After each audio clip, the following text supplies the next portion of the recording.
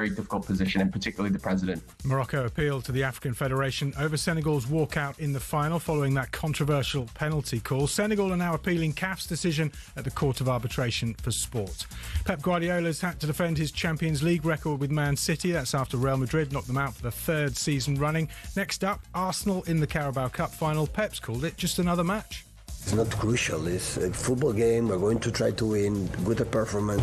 We will challenge against the best team in England so far and the best team in Europe. Arsenal beat Leverkusen to keep their quadruple dreams alive. Ali McCoist is tipping a cautious Gunners to tick off trophy number 1 live on talkSPORT this Sunday. It's the first one to go over the line. I get it. It's important, vitally important for them. Can they go over the line? By the way, if they can go over the line, I think there could be no stopping them. Meanwhile, Enzo Fernandes says he doesn't know if he'll be a Chelsea player next season. They lost 8-2 on aggregate to PSG. Liam Rossini understands the fans' frustrations. Tonight we've got Newcastle, Liverpool and Spurs all live across the network. And a devastated Kasper Schmeichel may have already played his last game of professional football. The Celtic keeper's having the first of 2 operations on his shoulder on Friday. It could take him a year to recover. More at talksport.com.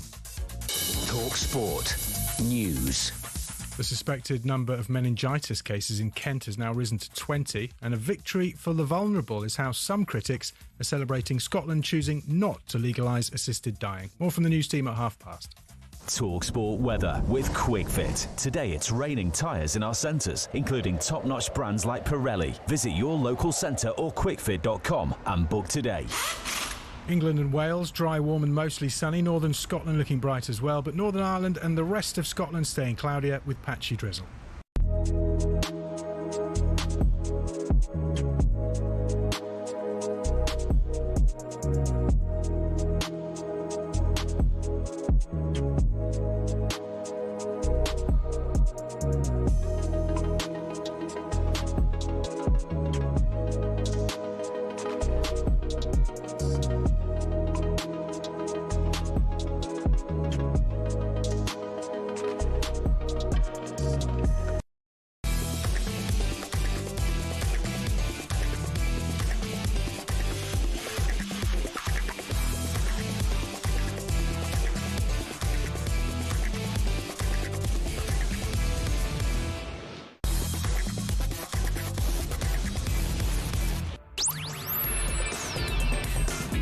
Good morning, everybody. You're listening to Jim White, Simon Jordan and Danny Murphy. We're live on talkSPORT. So Arsenal into the Champions League quarter-finals, while Manchester City and Chelsea dumped out. 4 trophies in play for the Gunners. Are they favourites right across the board? Meanwhile, Senegal stripped of their AFCON title with Morocco awarded the prize instead. Should sport ever rewrite history? Also today, an 8-2 PSG humbling. Was this the most chastening night for the Chelsea project? Is it disingenuous to claim players don't care about relegation? Can the Premier League continue with a never explain, never complain mantra? And is it a make or break night for Slot? Jim White, Simon Jordan, Danny Murphy. We're all live on talkSPORT. 100% engagement. Jim White and Simon Jordan on talkSPORT. Simon, birthday boy in our midst. Danny Murphy. I don't know what's more. My birthday's a big deal, or I haven't seen Simon's haircut before. Looks well, mate. Are you Looks Piscean? well. I am a Piscean, yeah. Romantic, yeah. Happy birthday, Danny. Thank you. Happy birthday. How From old? everyone here at talkSPORT. Not going to tell us. I am. As my old mate Bobby Zamora used to say in the mornings at Fulham when I said good morning, he'd say, morning, another day closer to death. Oh, how lovely. You're one short of the half century. I am. Wow. Happy birthday. Can I ask you both, when you get there, does it feel bad? Does it feel... Do not remember, can he? Because I am dreading that next 50's year. okay. 50's good, Simon. I think 50, milestone, feeling good. 60, you begin to think, Oh, really? Okay. Yeah. And now, this summer, I'll be 2 away from 70. Oh, you look good on it. So, Danny, thank you for that. But it's not about me today. No. It's about you. So, happy birthday. Thank you, mate. How did you feel when you got to 60? I didn't celebrate it. I did a big celebration for my 40th. Okay. I did, actually. And a really big one. And then I didn't do anything for 50. I was a miserable sod that drove around in the evening listening to some rubbish on the music on the Really? radio. You still are. What do you do for your 40th? I had that big birthday where I had all the bands. I had Reform Specials to do their first ever gig. I had Brian Ferry. I had Kid Creole on the Coconuts. I had Curiosity Killed the Cat and Imagination, all these different bands. What a night that sounds. Fun, yeah. Danny, you share it with a few notable individuals. Jeff Selling, happy birthday. 71 today is old Jeff. David Lloyd Bumble, 79. There's a whole list of them when I look at it. Ron Atkinson, former Manchester United Villa boss. Longlish. Paul Elliott, former morning Paul, good lad Paul, former Celtic, Chelsea Villa defender, Diego Dalot as well. Diogo Dalot has a birthday today. But Danny, yours is the standout one, so happy birthday. Thank you, mate. And I saw assistant producer Joe come through with, talkSPORT's really splashed out a packet of custard creams. So that's and lovely. Bourbons. And bourbons. Yeah, take me back being a kid, that the old biscuit barrel, my mum's kitchen. Custard creams. I know. Simon, Didn't have that growing up. I don't like custard creams. We're off the biscuits, aren't we? A lot to get through this morning, not least this incredible AFCON story that now Morocco are the champions. It's no longer Senegal. We'll get to that. But my goodness, Arsenal, Danny, move into the Champions League quarterfinals. Manchester City and Chelsea dumped out. We'll get to City and Chelsea in a moment. But Arsenal, I mean, where are you at with Arsenal, Dan? After having their bottle questioned in previous times, is this a different Arsenal? I think so. I mean, they've still had a little wobble at times, but they've not had anyone who's flying enough to put the pressure on, but they're still so impressive. I think the thing I love about them most is their mindset in terms of how to defend, and they don't carry anyone defensively. They're so good defensively, even when they're not playing well. Yeah, it's really impressive, and that comes from the manager because he won't have anyone not doing their bit without the ball. They're the best team without the ball in Europe. Is there assuredness about them now, Simon? Has the fragility gone, do you think? Comparatively speaking, yeah. But Danny's right, they're not getting pushed as quite as much. But then saying that, as Guardiola says, win a game in hand, win the game at the Etihad. There's only 3 points between the two teams. That might come to pass. We might see them on the weekend have a circumstance that they have to recover from or build off the back of in terms of winning. So all these things will come to pass. But clearly, they're not the soft underbelly they were before. They're not the same team that people, were talking about how wonderful and easy on the eye they are. Now people are going a different direction with it. They're talking about how they're not easy on the eye, how they're set-piece City or set-piece FC, is what they've been described as. And then you've got this ridiculous John Obi Mikel. He must be sitting there thinking what I said last week was even more absurd given what's happened to Chelsea, and he was on their roster at that time, is that they're cheating their way to winning the title. So all these narratives spin out differently, but of course they are. And with respect to Arsenal and Mikel Arteta, it is about time. This was their season to win the league. I thought it was last year. It is now. And if they don't win it, which I absolutely think they will, then there'll be bigger questions. But whether they can go on and win in Europe, we felt that they'd overcome Bayern Leverkusen. What they do next? I mean, who they got next? Sporting Lisbon. Oh, they could have had Bodo Glimt, couldn't they? But Bodo Glimt have been knocked out. Right. I watched it. I don't see Bodo Glimt and. Simon, do you want to pare back on your observations about Bodo Glimt, Simon? I don't hear that in the schedule. Everybody else would think they've done well getting to this. I was thinking 5-0. 5-0. Simon, I was thinking of you because I watched a lot of it. Oh mate, when I turned the television last night, there was like a great big grin across my chops. They were like a pub team. Yeah, they were like a pub. They were like a pub team. Well, you had to get something right eventually. Danny, here's the thing: 4 trophies still in play. Are Arsenal favourites right across the board? Well, I think when they play City at Wembley at the weekend, that's a 50-50. I don't know why you could say that. Anyone can win that. Moment of madness, moment of magic, whatever. Yeah. Champions League's a difficult one. They probably are favourites because of the side of the draw they're on. You'd expect them to get to the final. But then, again, if they're coming up against a powerhouse... I remember, I think it was Leverkusen years ago when I was playing. They beat us in the Champions League and they ended up losing the league on the last day to Munich. They lost the FA Cup final. They lost the Champions League final to Real Madrid. You remember that Zidane? Oh, yeah. So that season, was at Hampden in Glasgow. It was, but that season wasn't classed as amazingly successful because they just failed at the last turn of the ball. I'm not saying Arsenal are going to do that, but... Yeah. If you were betting on Sunday and to put some money down, you had to have your arm pushed up behind your back. Arsenal. Only because they're better defensively. What do you think, mate? I don't know. I honestly think it's a toss of a coin. You live in the world of expect a reaction from from Man City. You expected a reaction from Man City against West Ham post the Madrid pummeling. They didn't give one, right? You expected a better alternative and outcome. Of course, it was conflicted by players being sent off in the game. But notwithstanding that, you expected Man City to bounce. They haven't bounced. And now you will expect them, because we've got this in our mind's eye, Yeah. It's Pep Guardiola, and ultimately he's always going to come to the fore and always come good. And it may well just be that Man City aren't going to come on like a steam train, aren't going to readdress, and can buy all the best players that other teams can't, and still not overcome. If Arsenal win either the Premier League or the Champions League, the season's a success. Yeah. They don't have to win both. I know there's a narrative saying they should, and they've got the squad and they've spent in, they're playing well. Yeah. If they win either... If it ends up just the Premier League, it's still a big success, right? Or the Champions League. Yeah, yeah. I mean, I could easily say Man City on Sunday and then just as easily say Arsenal. I mean, honestly, either which way. Danny, have you seen a sweeter strike than Eze's last night? Not many. Not many. Beautiful. But he strikes the ball so well. He always has. Yeah. It was just one of them that falls beautifully. The technique's great, but the reason he was able to strike it so well is because he delayed waiting to take. He took it right at the right height. But he's technically brilliant, Eze. Anything changed in him? There was a period where he came in and everyone was excited about Eze coming in and offering a different option to Arsenal. Then there was this period about 6 weeks ago where he wasn't getting a game, he wasn't getting goals. People were looking at his position and saying, "Well, where's he actually playing?"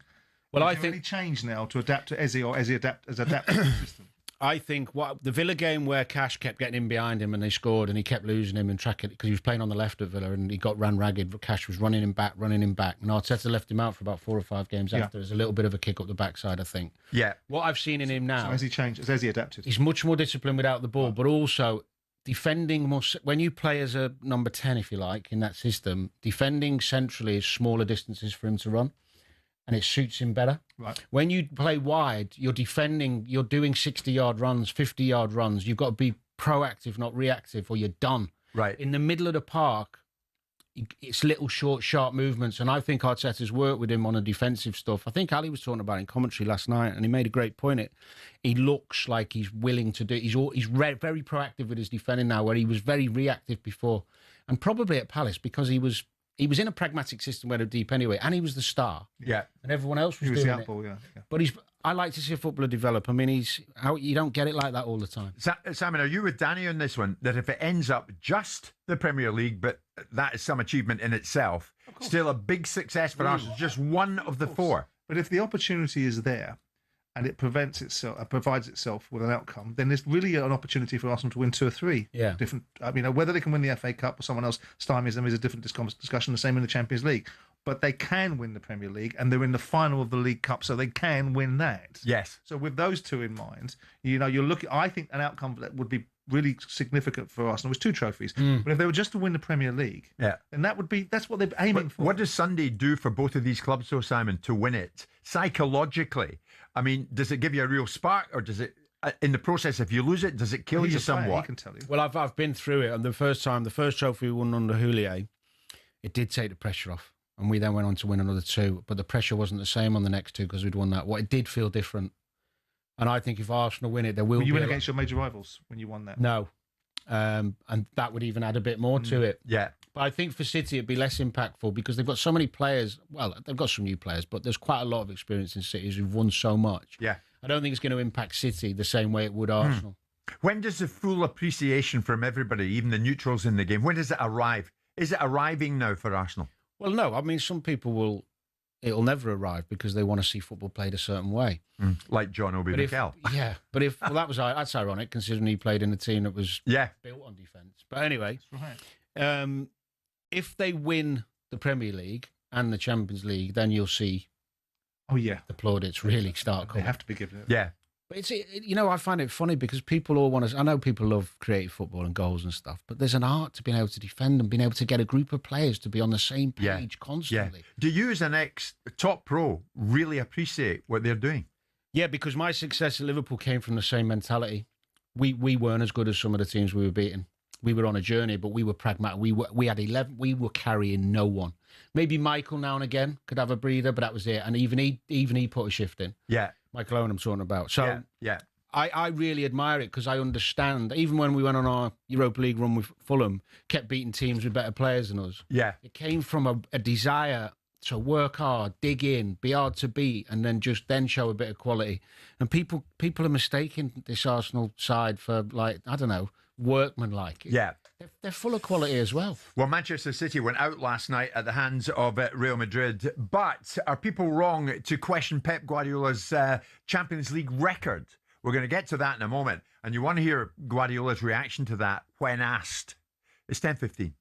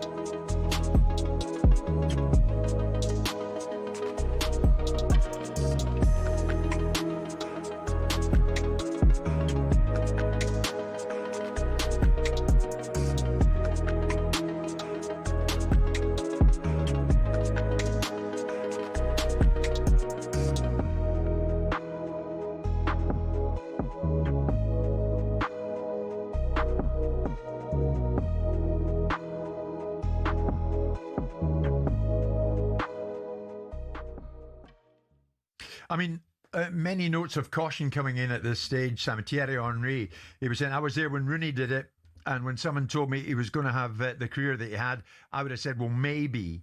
He says, it's a challenge not just for Arsenal, but for English football. Let's not get overexcited. I mean, there's an element of, hang on.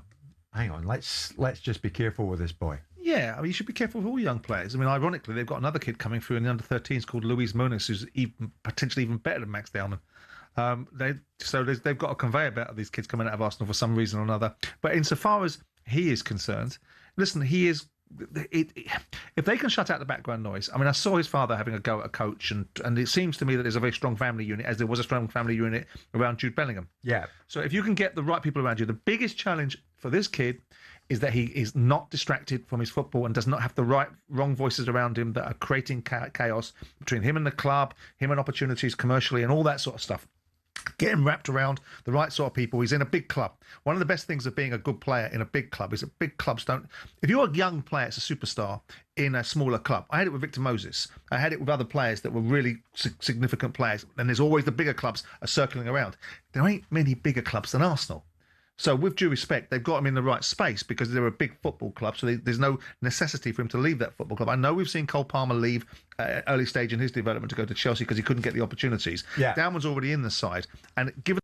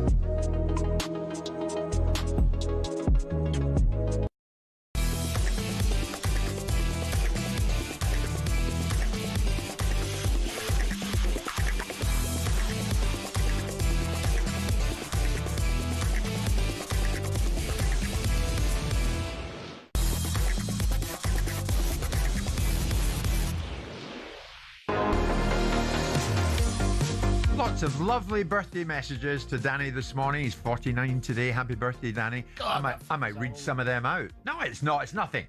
49. Try 68. Go on. Go for that one. You a better person now? Very much so. Look at me. Yeah. You can see that, Danny. Absolutely. For a variety of different reasons. No, honestly, mate, you're as old as young as you feel. Happy birthday, Danny. Many messages coming in. I'm going to get to a few of them in the course of this morning. Later on this morning, we're going to talk about AFCON. Senegal stripped of their AFCON title with Morocco awarded the prize instead. Should sport ever rewrite history? We're going to get to that. We've spoken about Arsenal last night. They go in now to the deep stages of the Champions League. Not the case for Manchester City, not the case for Chelsea. Any hope of a comeback at the Etihad was extinguished by Vinicius Jr. and a red card for Bernardo Silva last night in a 5-1 aggregate defeat. So Real Madrid now have knocked Manchester City out of this competition for the fourth time in the past 5 seasons. Danny, where are we at here with this? If Arsenal feel assured at the moment of Manchester City swapped their trademark drive to the line with a bit of a limp. Yeah, I mean, I think the European excursions in recent seasons have been underwhelming, haven't they? They've been a bit unlucky continually getting Real Madrid, but you've got to find a way. They've dominated English football for so long under Pep, so you expect the European record to be better. And he just gets touchy, doesn't he, when you bring it up? You're not allowed to criticise Pep, God forbid. No, no. Well, you're right on the money with that. He's done so much good, and he's such a wonderful coach and done so many innovative, brilliant things. I mean, I don't know why he's so miserable. Well, actually, Simon, Danny's brought it up. Let's go for it. It's one Champions League in 10 years for City. Overall, it's 3 European titles for Pep, joint with Bob Paisley and Zinedine Zidane for the most in history, behind only Carlo Ancelotti, who's won it 5 times. But try putting that, one Champions League in 10 years for City. Try putting that to Pep. If by the end of your time at City you ended with just... Oh, everybody want to fire me, right? Oh, my God, guys. If you ended... One day I will come here and say, bye-bye, guys. I still am here. 1 more year contract. Okay, guys. If you only had one Champions League, would that be disappointing to you? Would that be enough given how good... Yeah, you're right. You're right. I have to win 6 Champions League to be recognized in that. Yeah, for sure. I know, listen, I started my career young, in the second team Barcelona with 37 years, we were promoted in the new league, and after Barcelona, when the travel is sextuple, since then, I don't win the travel sextuple, my team is a failure. So I know that since the day one. The first season, you remember first season here? Why are you going to win the Champions League? We won 100 points. When are you going to win the Champions League? When are you going to win the Champions League? At the end, we won it. Why you won 5 Champions League? So we tried. We tried. Simon, is it liberty? Of course he is, to answer it any which way he likes. And he answered it in that fashion. Yeah. But the question is a decent one. Why? An irrelevant one. It's legitimate. Just out of curiosity, for who? For the journalist's job? Or for what? What do you mean the journalist's job? What the journalist asks him a question, which if he gives an answer, I've got deep regret about it. What do you think is going to happen to that? Yeah, but he could have said, let's say he just said, look, of course I'd wish I'd won more. We've given it, things happen, Champions League. But you know as well as I do, that will be turned into I know what you an adaptation of what he said, yeah. which is basically Pep Guardiola has deep regrets and recriminations about not winning the Champions League. So he can't answer that question honestly, because the society that we have created means that ultimately it gets extrapolated up and turned into something else and weaponized. It's always been the same. But it doesn't make it right. There's no new society created here. Well, I think it's a legitimate question. No, I do think there's a style of journalism that's been created. I do think everything's about gotcha. I think it's undeniable it's about gotcha. Every news, we've turned from reporting news to creating news. Not us, but news. News is now... What was gotcha about that question? Because they ask him a question and he turns around and says, no, I've got no regrets. Then there would be, Pep Guardiola unbelievably has no regrets about not winning the Champions League. With all this money he's got, yes, I've got loads of regrets.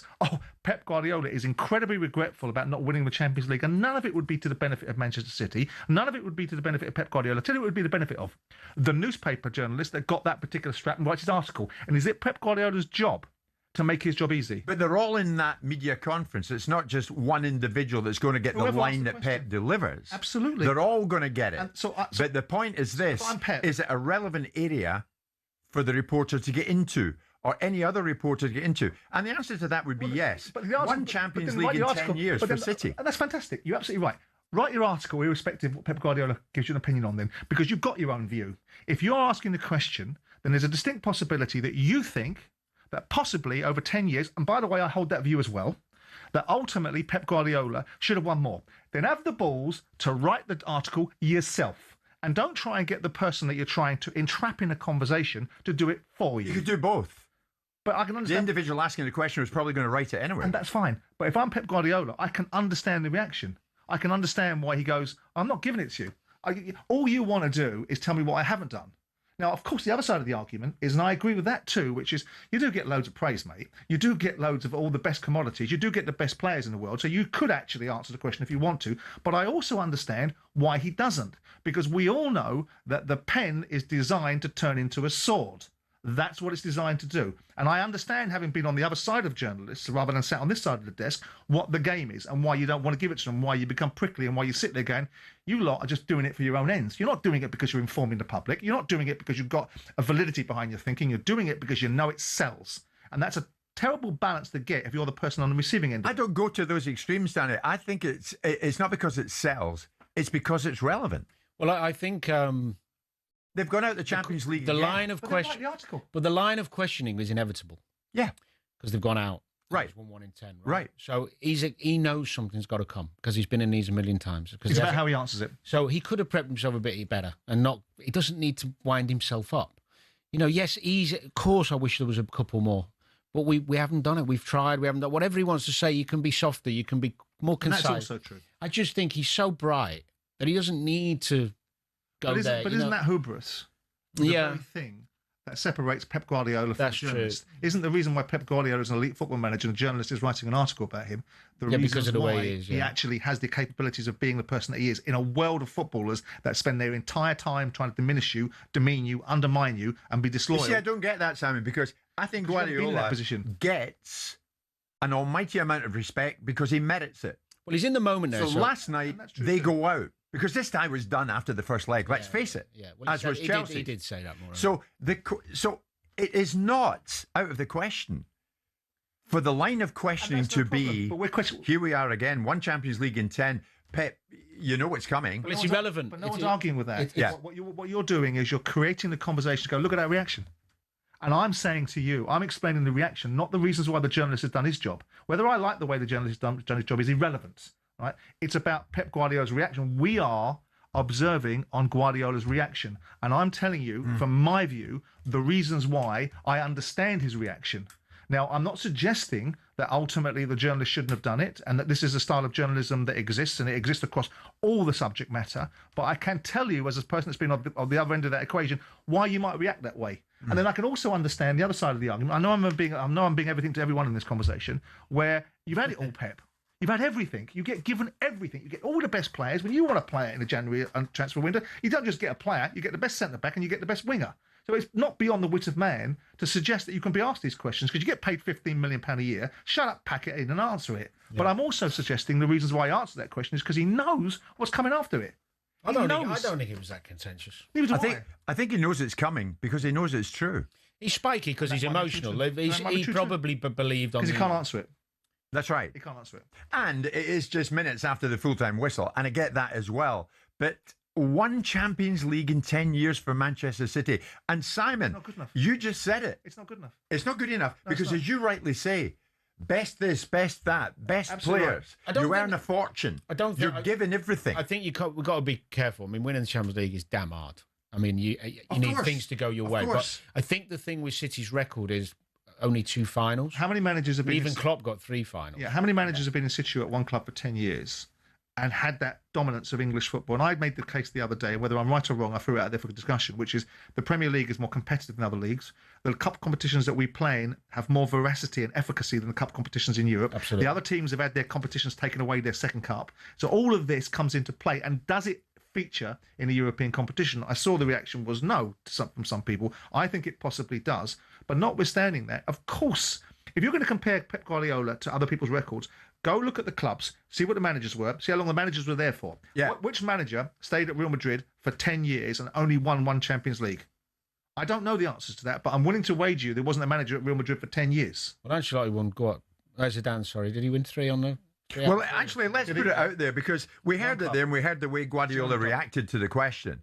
But it's undeniable. 1 Champions League in 10 years for City. Are the questions around Guardiola's Champions League record legitimate, or do we hold him somewhat freakishly in a high place because of what he's done and who he is? More than anyone else, maybe. Yeah. I think there are legitimate questions, and I think he doesn't lose respect. because he's failed a bit in Europe. He's still done wonderful things. Do we hold him to a higher standard than anyone else? Oh, I see what you mean. And that's what I'm putting out there this morning. I don't think so. Well, let's hear. But we should to some extent. Yeah, exactly. Well, we should to some extent. Absolutely, Simon. Let's hear from the Manchester City fans. I know you'll be feeling down and out this morning because you are. But on Pep, what do you think? And on City, your club, won Champions League in 10 years for your club. Where do you stand on that? Keen to hear from you. 03717 223344 at 10:30.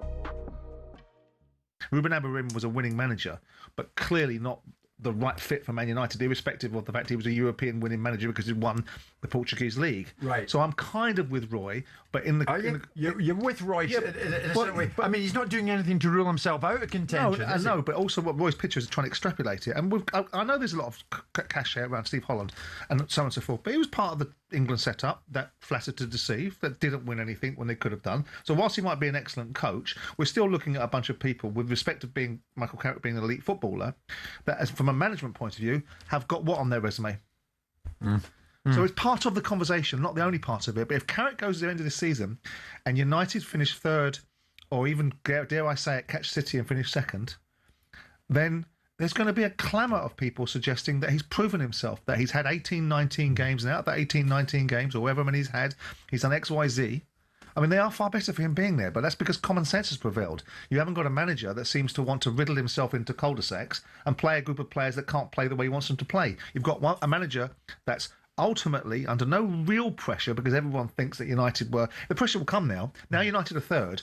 Now the pressure's now, because everyone's going to expect... United fans are going to go, you better finish inside the top four now, because you're there now. But yeah, I take on board what Simon's saying, Martin, but if he secures Champions League football for United, what exactly is going to rule him out? Yeah, What's going to rule him against? I get it. I do.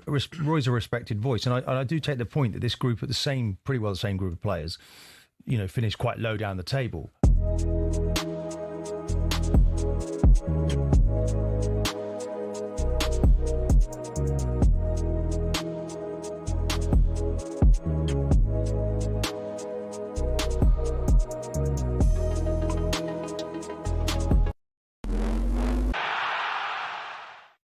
Senegal's FA will appeal their decision to take away their AFCON title. The Confederation of African Football have decided to hand the trophy to Morocco over Senegal's famous walkout in the final.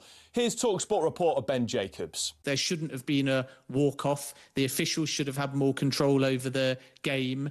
Emotions boiled over, and then when you add this in the aftermath, it all adds up to a very chaotic and messy situation. Pep Guardiola's dismissed suggestions his record at City will be tainted if he doesn't win another Champions League. First season, you remember first season here?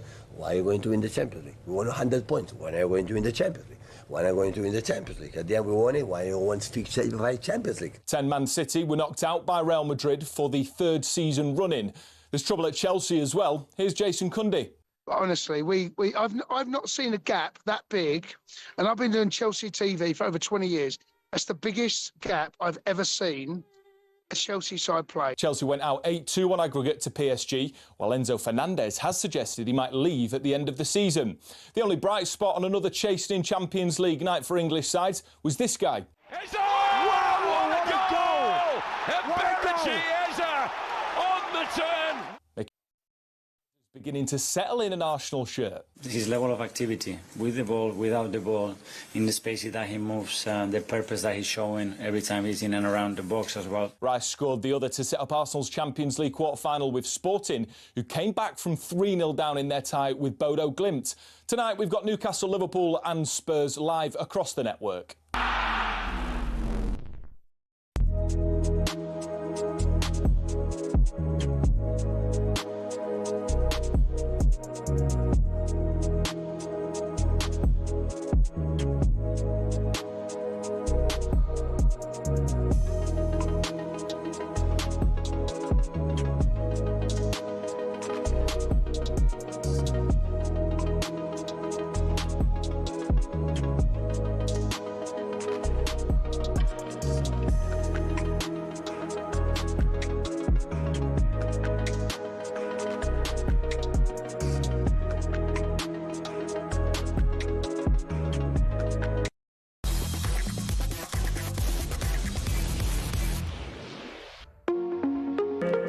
Happy birthday, Danny Murphy, says Tony, the Liverpool fan. Love you on with Jim and Simon. Thank you very much indeed, Tony.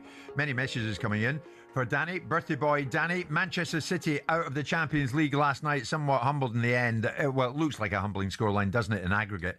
5-1. But out of the competition, they have gone. Real Madrid have now knocked Manchester City out of the competition 4th time in the past 5 seasons. But 1 Champions League in 10 years for City. Is criticism of that valid? Is it right to say, well, come on, Pep, could you not have won more? Because after all, you've got the best players, etc., etc. Is it valid to get on Pep's back? Because he gets somewhat prickly, did he not, when that was put to him post-match last night? 03717223344. Paul, Man City fan, you're first up. What do you think, mate? Good morning. Morning, you okay? I think it's a little bit unfair, to be honest. I think when you look back over the years, and obviously we've played Madrid 5 times, but there's also been other sides. If you look back at the Tottenham one, when there was a Llorente goal with the VAR, that was probably a handball. With the Champions League comes a little bit of luck. Yep. We've had a lot of misfortune in there. But just to add a little bit of balance to that, I think the past few years, particularly last season and this season, for me, are probably the worst City squads in the time that Pep's been with us. So I think the calibre of players just isn't quite at the level that it used to be. With that now, we're going through a period of transition as well. And we're just not quite there in regards to being one of the best teams in Europe. So this year... But hang on a second, Paul.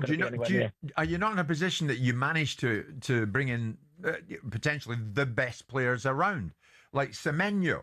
There was a lot of whooping and high-fiving when Semenyo went to City amongst the City support.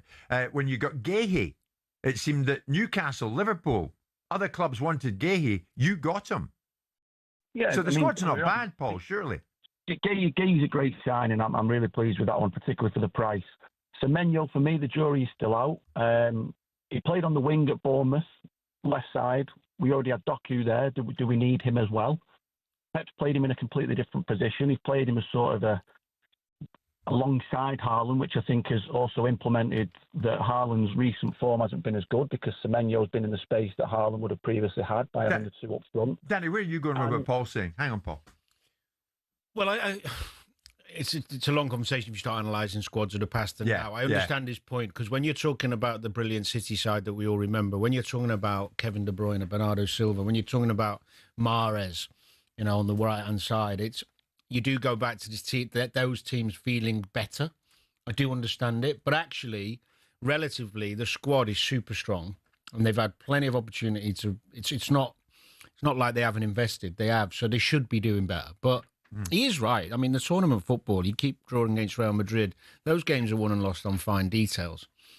Is the record of 1 Champions League in 10 years good enough with what... That's the question, isn't it? When the answer is no, and he'll know that. Man City fan Alan, I'll put it to you. 1 Champions League in 10 years. A Pep got prickly when asked last night, and you probably heard it. What do you think? Is it enough for you? Well, to be honest with you, I think anyone questioning Pep Guardiola needs to get their head a wobble. Yeah, 1 Champions League in 10 years. Yeah, has he made decisions that haven't worked out right? Possibly, yeah. Sir Alex Ferguson, supposedly the greatest manager ever, was it 2 Champions Leagues in 20 years? So on a pro-rata ratio, he's on level with Pep, with the greatest of all time, apparently.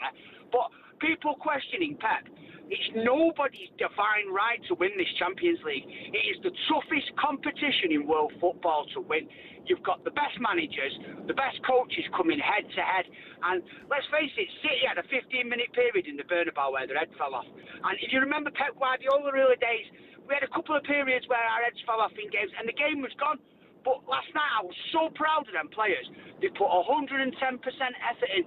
But on another point where you've got to look at it, we had great players. We had Kevin De Bruyne, Mahrez, Sane. Now I think we've got good players. Doku, I've not seen him put 2 good games together this season. Savinho, he hasn't put... Now you can't blame Pep Guardiola if the players that we sign in can't compete at the elite level week in, week out. Alan. Good point. Many thanks for the call. John's an Arsenal fan who wants to talk about this because I think, as I understand it, John, you want to defend Pep. Am I right? I mean, yeah. I mean, the last caller mentioned the pro-rata, and he's spot on about that. What I will say, I will criticise Pep compared to his disciple now at Arsenal. I think that Arteta is a lot more adaptable with the players that he's got. I don't think Arsenal's front line is great, but then I think he can adapt to that. So, but I still don't think Pep should be criticised if that's the point you're talking about. I don't think he'd be criticised at all for what he's done. I think he's done brilliantly. All you can do as a manager is you put a great team together. You hope you get a 10-year run where every year you're competing, and if you're lucky, you might win it twice. So, in that respect, he's done fine. You know, and that's it. Where are you at with Arsenal then, John? I personally is it hard not to get carried away? No. Listen, he's a phenomenal manager. He's added a lot more to what Pep does. Pep to me is a bit more one-dimensional.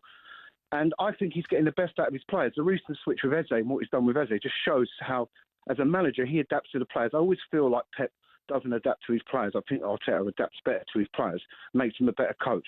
I think he's the best coach in the world, and also the best coach team. But that's my opinion. That's interesting. John, thanks for the call. What do you make of that, Simon? Well, we'll see, won't we? Yeah. When you can only make that claim when you've won something. And there was a lot of what he said which has resonance.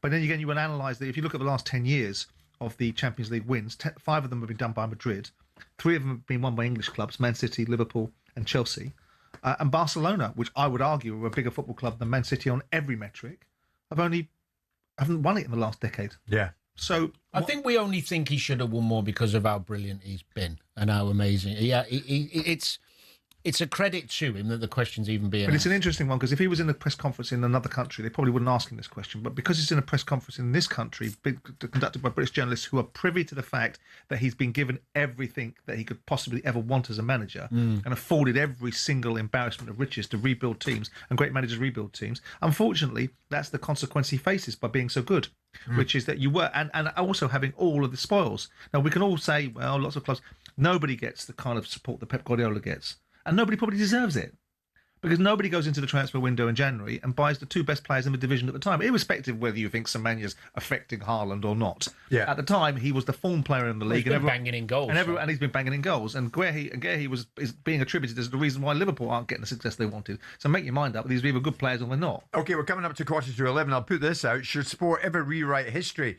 Well, they're doing it, it appears, in AFCON. We'll get to that next.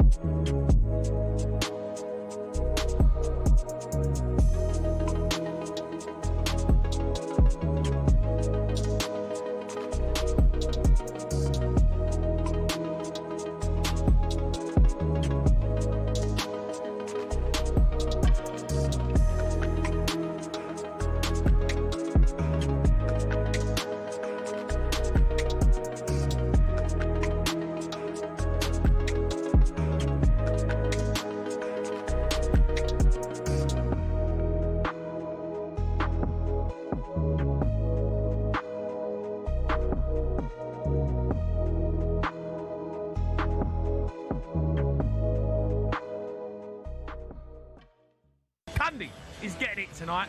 A shocking week for the Chelsea. What do you mean? Pumped. They got slapped by PSG. What do you mean? Got slapped by Newcastle. And then got slapped with a transfer ban. What do you mean? It's been a slapping week. Slap, slap, slap, slap, slap. Chelsea, slap.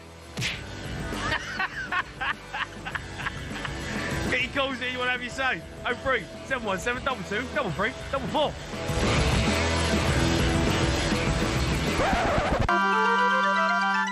Do you know what's amazing? Before the game, it wasn't me. We had a meeting with the referee. My assistant goes in. The first thing he talks about is our huddle. Chelsea 0, Newcastle 1. It's just one straight long pass through the middle. It really is awful defending from Chelsea. And when Murphy lays the ball off, there is Anthony Gordon literally to walk the ball home. My players made a decision that they wanted to be around the ball, to respect the ball. What signs have you seen? I've seen signs. What signs? Encouraging signs.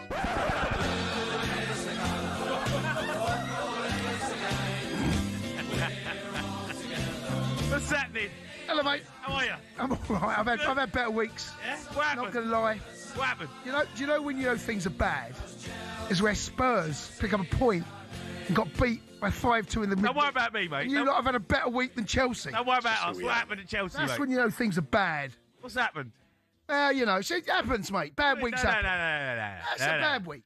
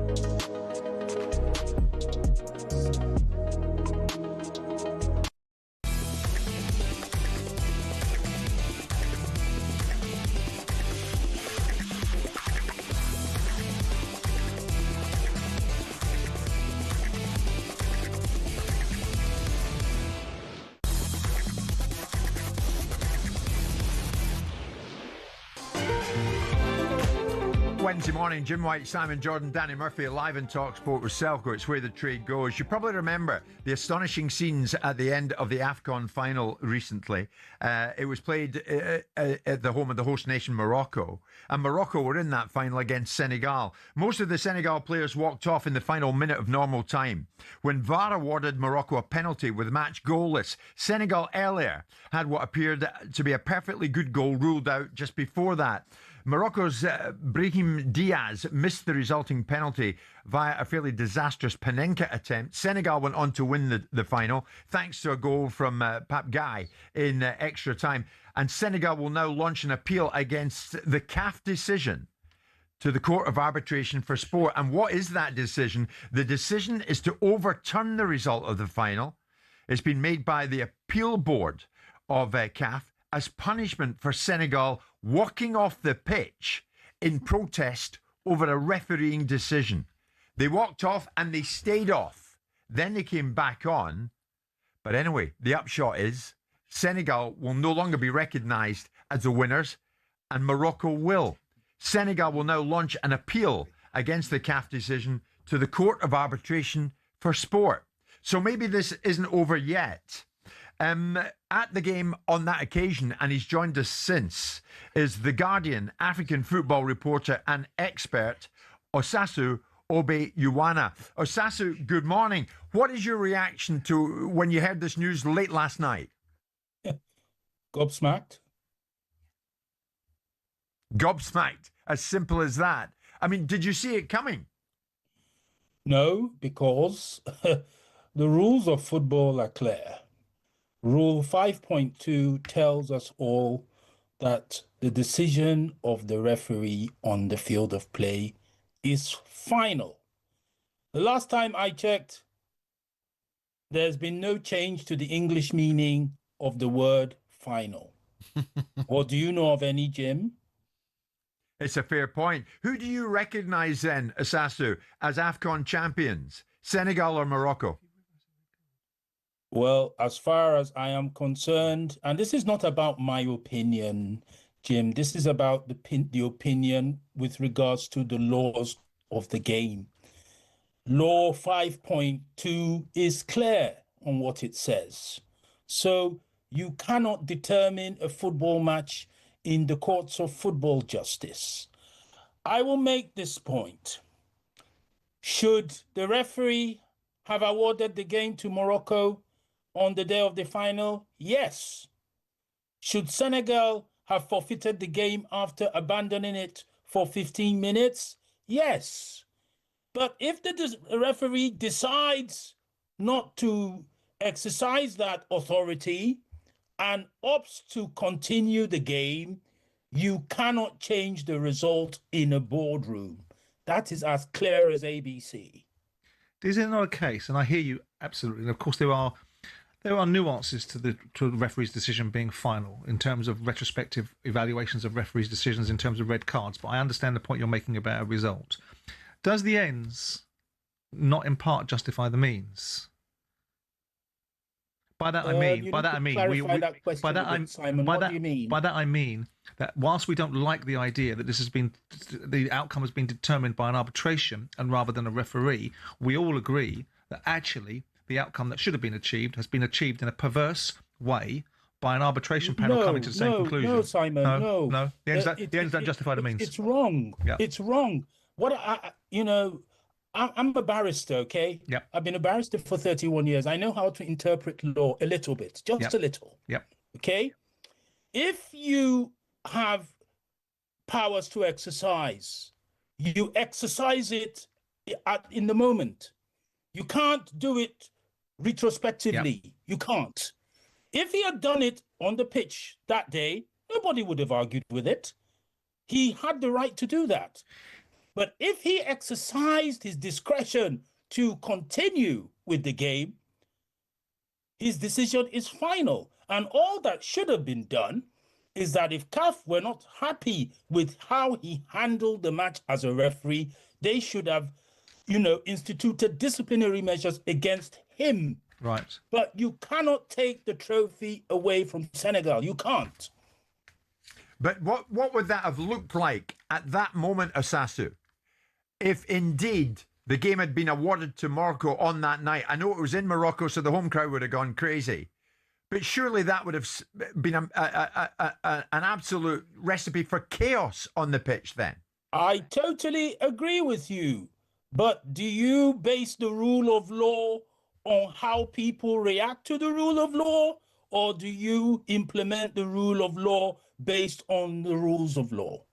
Tell me. But it's about governance. I understand what you're saying, and I'm not suggesting that I'm questioning the veracity of your argument, but we are moving into a territory, and it isn't about result, but I made that point a moment ago, about referees' decisions on the field are not final. So the natural progression from that is that eventually, and I don't like the conclusion I'm drawing here, but I'm throwing it out to you, that results might not become final, because if a referee is able to be reversed on, say, a red card for a player, or any decision he makes on, actually a red card and a decision that can get reversed retrospectively, then aren't referees in the eye of a storm about being reversed full stop? You see, Simon, if we're not happy about Rule 5.2 of the laws of the game, change it, can we ask IFAB to change it? Yeah, I hear you. Yeah. So they've interpreted 5.2 the way it suits them for the purpose of this particular scenario, rather than actually as it's written. No, it has been interpreted as it was. Look, let me tell you a story, okay? This is not the first time that CAF is going through this. 7 years ago, we had a Champions League final in Tunis between Espérance Sportive and Wydad Casablanca. I'm sure you didn't watch it. You may not even have paid attention to it if you're not into African football as I am, okay? In the second half of that game, a goal was scored by Wydad Casablanca. The referee, Bakary Papagassama of Gambia, who was one of the top referees in Africa at that time, disallowed it, saying he had said it was offside. The players of Wydad walked off the field for 1 hour. 1 hour. And that is the first time in the history of the African Champions League that happened. They made every attempt to get the players back onto the field in Tunis. They didn't come back. And Papagassama, the referee, was a World Cup referee. He's a very good referee. He then declared the game abandoned, and he gave a 3-0 result to Esperance. Yep. After that result was declared, the normal thing would be, if you're not happy with the result, you go through the football justice system, which is to go to the CAF Disciplinary Committee, the Appeals Committee, and then the Court of Arbitration for Sport if you're not happy with the verdicts of either. Do you know what the CAF executive did in June of that year? The CAF Exco met in Paris for 2 days and then decided, oh, you guys are going to go and replay the game. What? Without going through a football justice system? Just sitting down in some room in Paris and deciding that you're going to overturn the decision of a referee on the field? Of course, this matter was taken to CAFs, and CAFs rebuked CAF for disrespecting the laws of the game and their own statutes, and told them to go back and follow the proper justice system. And of course, Esperance won at every point. So given all that, two questions for you. What does this do to the credibility of AFCON? And secondly, if it is played out that this is taken to CAS, what do you think CAS will do? CAS will reverse it. Yeah. Absolutely. There's no two ways about it. They'll reverse it and give the trophy again to Senegal. To Senegal. The trophy is still with Senegal, so they're not giving them back to them. They still have it. To be honest with you, I think we were talking earlier. I think from a player's perspective, when you've already had that euphoric moment and that memory and feeling of that winning feeling, the reality is, even if the record books don't get changed, which we're saying they will, the memory's still there. Given the Moroccan, if you said to the Moroccan players now, and I was one of them, oh, you won it. You've never felt like winning it. There's no. It's actually stupid. It's completely irrelevant. Actually, Osasu, I will put it to you because you're such an expert in this field. Simon's second part of his question: where does it leave the credibility of AFCON? Well, African football is still a spectacle. It is still of high quality. It is just sad that those who are responsible for its governance are not doing a great job. And come to talk of things on the bigger plane. How well are things going for the World Cup in the US, Mexico, and Canada, Jim? Is it going well? I think it's a fairly bumpy ride, it's fair to say, at the moment, Osasu. Yeah. So, I am one of, CAF's very persistent critics, but I don't want this to be looked at through the prism of, because certain people in African football didn't do their job, then this reflects on African football I like you, and I wouldn't accept. But I like you, and I was pleased to hear you coming on again. But you can't conflate the two examples. World order and geopolitics affecting the landscape of a World Cup have nothing to do with the governance of the World Cup, irrespective of whether Infantino's head's buried up Donald Trump's backside.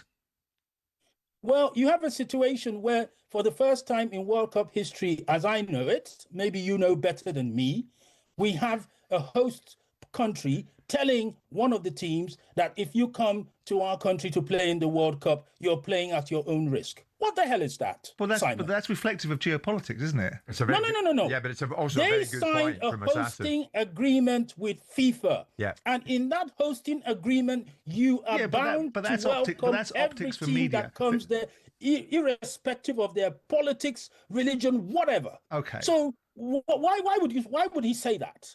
I think that's politics more than anything. In the same way that he would say to the Iranian women staying in Australia, you should be given sanctions and asylum in Australia. So it's a conversation that's being had with journalists. I don't think it reflects the fact that the team aren't going to be looked after by the American authorities. No, there is an element of risk. Of the there is an United element of risk. States of America cannot go on social media and write what he writes. Well, that's a different discussion. But we're talking about governance of the game. I understand your point there. You see, Paul, I keep on telling you guys, football and politics are married. They True. are not separate people. They are, but they should be encouraged that way. This is how it has always been in this game. You know it, Simon. You've been in this game long enough. I'm not going to teach you what you know very well. You know this. Osasu, I'm going to put one final point to you. You were there on the night of the AFCON final. In a sentence, mate, how are you always going to look back on it? Sad, because we could have had a spectacle. I think we deserve better than this in terms of the quality of governance. And I hope that this scandal is going to serve as a teaching moment for everyone within African football. I have shouted and written and talked for years and years about appalling governance and the consequences of appalling governance. Unfortunately, I've been ignored. I've been targeted by some people who are within the football system because of what I say. But now the chickens have come home to roost, and we will have to deal with them now. Osasu Obeyuana, thank you so much. Osasu is a Guardian African football reporter and expert, and as Danny says, he's pretty darn brilliant as well. So at the moment, Senegal stripped of the title with Morocco awarded the final instead, but Senegal say it's not over yet.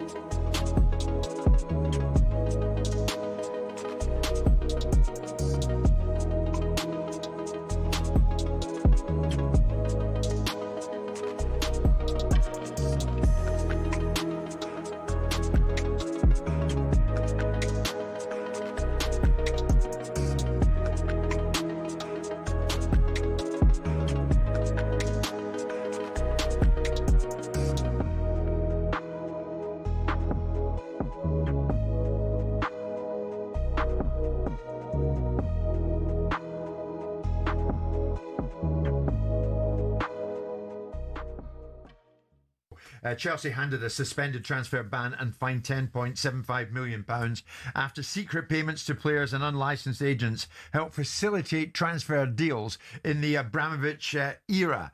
So many people are suggesting here this morning that Chelsea have in their own eyes got off with one. Of course, Stefan is with us, and in his words, Stefan, you have said you feel the punishment handed to Chelsea is extremely lenient. But Simon, can I put this to you? How isolated do you think this was? Illicit payments to players and agents to facilitate transfers. Was this just Chelsea? I would doubt it. My nose tells me that it's not necessarily an industry standard practice, but notwithstanding that, I still think there's lots of people that operate in certain ways within football that I've seen and been privy to. And my nose tells me that it wouldn't be just isolated to Chelsea. I mean, the reaction to it, if I was in football now and it was my Crystal Palace had been, I remember getting promoted to the Premier League and being summoned to a meeting by Philip French, the head of comms, and Richard Scudamore to advise me how they expected me to behave in the Premier League, which I told them to blow them out their arse. So I would have probably been full of outrage at the same time as a balanced commercial mind, knowing that the big six are in part the value in the Premier League. So the balance between this outrage about their inappropriate behaviour would also be in the commercial reality of the value that they add to the league. So, you know, I'd have a bit of both in my mind. But listen, inherently, the liabilities to operate in a certain way have to be governed and enforced by those that are in positions of influence.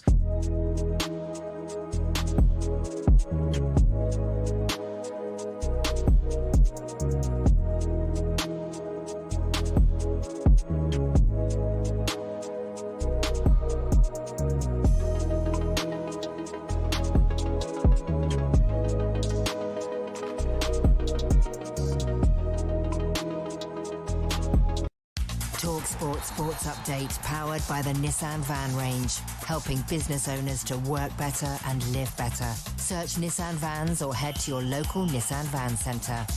With your headlines, just coming up to 5 minutes past 11, I'm Nick Ellaby. Good morning. Following another successful night for Mikel Arteta, talkSPORT's Danny Murphy's called Arsenal the best team in Europe without the ball. They don't carry anyone defensively. They're so good defensively, even when they're not playing well. Yeah, it's really impressive, and that comes from the manager because he won't have anyone not doing their bit without the ball. And Danny says Abericieza's much better in that number 10 role. Defending centrally is smaller distances for him to run, and it suits him better. Right. When you play wide, you're defending, you're doing 60-yard runs, 50-yard runs. You've got to be proactive, not reactive, or you're done. Arteta said Eze is settling into the Arsenal team now after his stunning strike in the win over Leverkusen. Enzo Fernandes, meanwhile, suggested he might leave Chelsea at the end of the season after another thrashing by PSG. Enzo said there's a World Cup and then we'll see. Meanwhile, we're told Bruno Fernandes should stay at Man United for the rest of his career. Here's his Portugal teammate Jose Fonte. Bruno is becoming, or if not already, is a legend at Man United. I think he loves the city, loves the club. Now, devastated Kasper Schmeichel says he might never play professionally again. The Celtic keeper might need a year to recover from 2 shoulder operations. League One strugglers Rotherham, meanwhile, have sacked their manager Matt Hamshaw. Senegal's FA will appeal the decision to take away their AFCON title. The Confederation of African Football decided to hand the trophy to Morocco over Senegal's walkout in the final. African football expert Alistair Howarth says it's a terrible look for the continent. It's done a lot of damage, particularly for CAF, because, I mentioned that there was this kind of lack of trust between Senegal and Morocco heading into the final. A lot of that really stems from poor organisation from CAF. Some bookies are already paying out on a Morocco win. More on all this madness at talksport.com. talkSPORT News. The Health Secretary's played down fears meningitis could spread across the country, and a charity's claiming AI chatbots can help stalkers target and harass women. More from the news team at past. talkSPORT weather with QuickFit. Rain or shine, our mobile tyre fitting service comes to you, so you can stay on the sofa this winter. Book today at quickfit.com. Conditions apply. England and Wales, dry, warm, mostly sunny. Northern Scotland looks bright as well, but Northern Ireland and the rest of Scotland staying cloudier with patchy drizzle.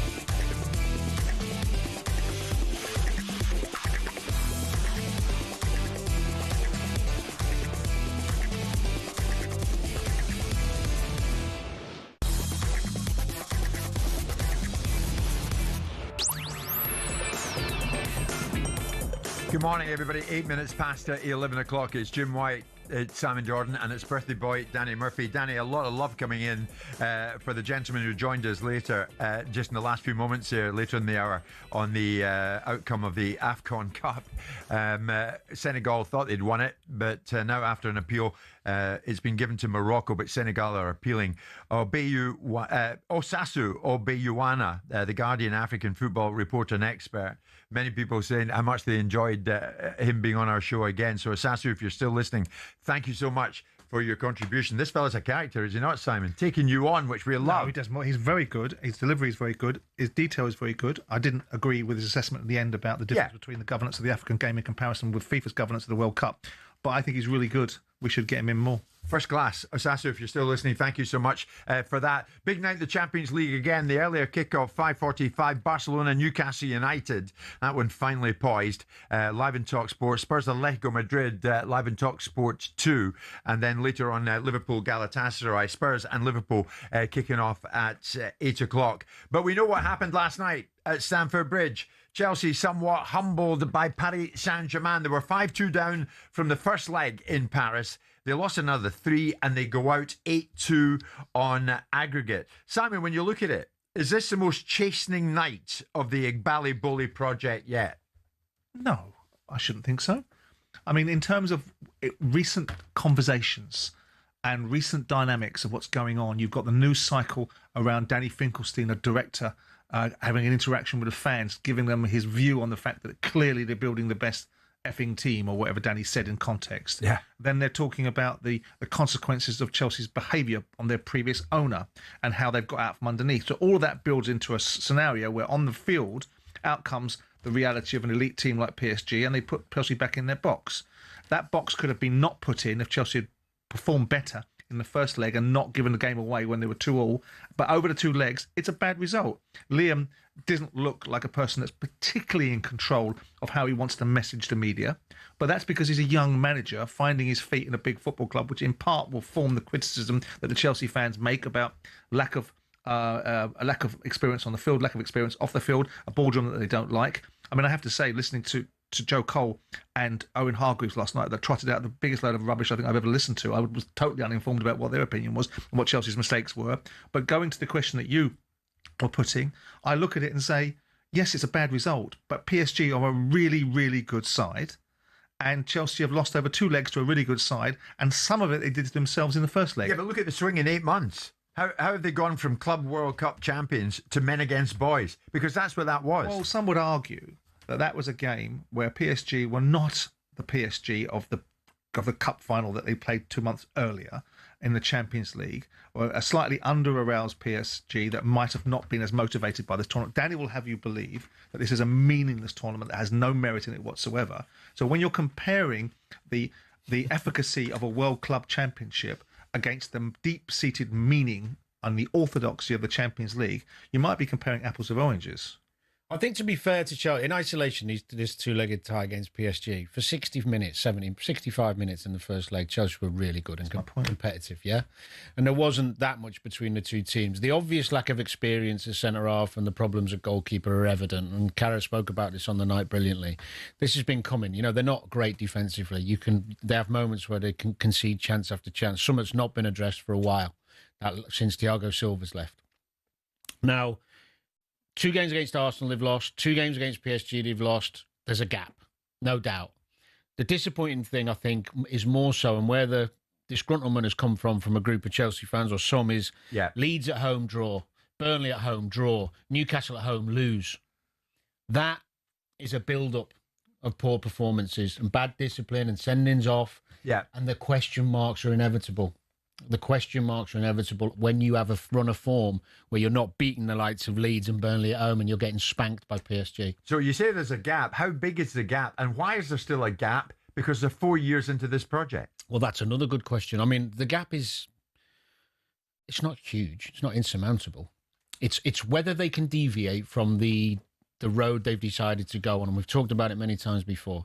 They've decided to do something that's not been done before by a big club and invest only in youth potential, and see if they can build this team together to grow into this really brilliant side that's competitive. I think that's the aim. The reality is nobody's ever achieved that with a young team before, and it's showing why you need some leaders and some experience. Well, there was disgruntlement. I mean, Chelsea fans who stayed to the end booed Rossini's substitutions and chanted for former owner Roman Abramovich. That was put to Liam. This is a fantastic football club where the fans want success instantly, and that's rightfully so for the size of the club. I have to say, I understand because of the aggregate scoreline in the time why fans are frustrated. They want us to win. So I completely get it, and I understood that before I came in. I also want to make them happy and give them the nights they deserve. Not just me, but us as a group, as a team. And that was a really, really difficult one to take because of the manner in which we went out this evening. It might sound like a harsh question, Simon, but where is the gap most evident? If there is a gap, is it on the pitch or is it in the technical area? Look, probably people could say both in relationship between Enrique and his achievements as a manager and Liam Rossini. I mean, what do you do? I mean, honestly, just for a second, while we have this moment to share, what do you do with a group of fans that are singing for Roman Abramovich, who has just ultimately, in the last 24 hours, shown the football club to have, and ironically, John, Obi and Mikel, wake up and have a listen, son, to have cheated their way into winning tournaments and ultimately brought the club into disrepute by the nature of the fact that they broke the system, clearly been proven. Now, whether other teams have done it or not, and whether it will come to pass for them as well. So you've got people singing for an owner whose motivations for owning the football club were his own, and spent lots of money to buy you a football club, to manufacture it into a better football club, and cheated whilst doing it, and you're singing to have him back. I mean, what do you do with that sort of mentality? You can't do anything. So Liam Rosenior and whoever's in charge now can do nothing with that sort of backward mentality of celebrating somebody that's ultimately diminished your football club in most people's eyes. Your football club now has, if you want to talk about asterisks, which I don't like, if you want to get into that territory, you now have to asterisk Chelsea, because it's been proven beyond doubt that Chelsea cheated to achieve outcomes. But at the same time, what do you say to that? But have those Chelsea fans, are they not right to feel that they have fallen from a great height? Go back to the cheating, yeah?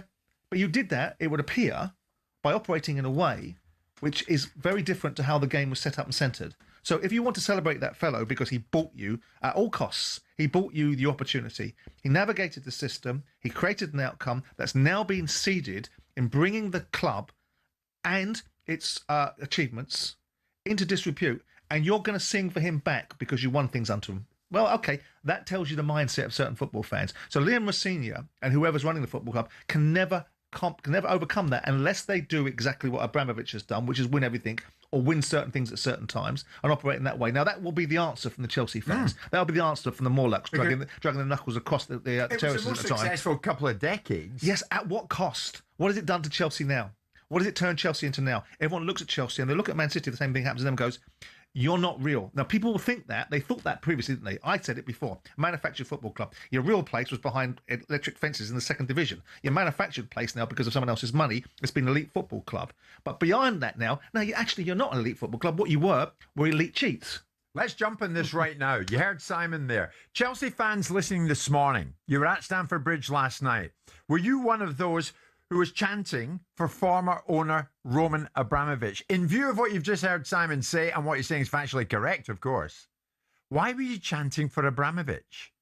What made you do it? When you now know where Abramovich has got you to. Give us a call, 03717 223344. And was this the most chastening night yet for the Igbali project? 03717 223344. Let's hear from you.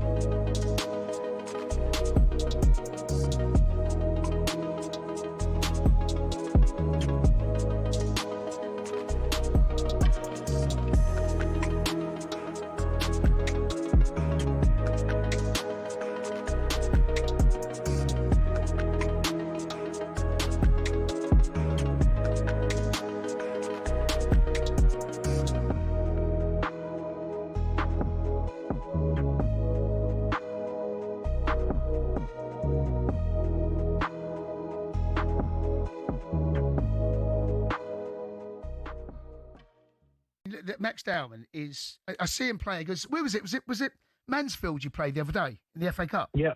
Right. Yeah. He makes a run right from about 15, 20 yards outside their box. All right. He just glides edge of the box like a slalom. Yeah. The kid is a major talent. So is Ethan Wanyeri, by the way. Yeah, I know. At that point, he bought Wanyeri on something like 91 minutes at 3-1 up, I think, or 3-0 up. Yeah. It was just to give him his debut, nothing else, and that was the point I was making. John Terry said that he was he hasn't seen a player dribble like that since Lionel Messi. Well, I would I'd hold back that sort of credit yet. I think, come on, let the boy be the boy, let the boy just find his way. Totally different build to Messi. Yeah, of course. I mean, you look at the size of him. He looks like, and he's still growing. He looks like he could be. I don't know how tall he is, but he looks like he's going to be 6 foot plus. Just by his build, doesn't he? And he's got Messi was. Yeah, I would resist comparing any young player at his age to anyone at the minute. Just let him be Max Dowman. Yeah, he'll be Max Dowman. Yeah. He's a major talent. No, he's a major talent. Fair play to him. They do produce some. Yeah, they have. talented boys. And Lewis Skelly coming through. And, I mean, the thing about Lewis Skelly, he might have to leave. Yeah. And Capia, if they sign him permanently in Capia, you got in him, they've got Calafiori. Where's Lewis Skelly going to go? His international career, he could have been going to the World Cup. He ain't going to the World Cup now. You don't think he's going to get in the squad? No, I do not.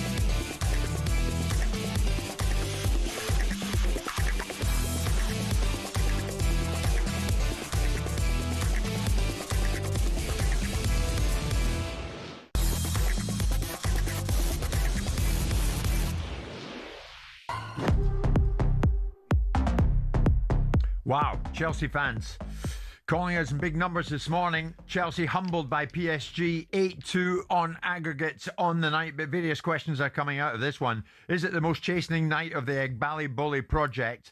And as well as that, in 8 months, how has this fixture gone from Club World Cup victors to men against boys? Because that scoreline suggests that's exactly what it was. As well as all that, some of the Chelsea fans who did stay on to the end ended up booing Liam Senior's substitutions and chanted for the former owner Roman Abramovich. And we know that Abramovich and Chelsea have been in the news together this week for all the wrong reasons. Ollie is a big Chelsea fan. Ollie, where'd you go with this? Good morning.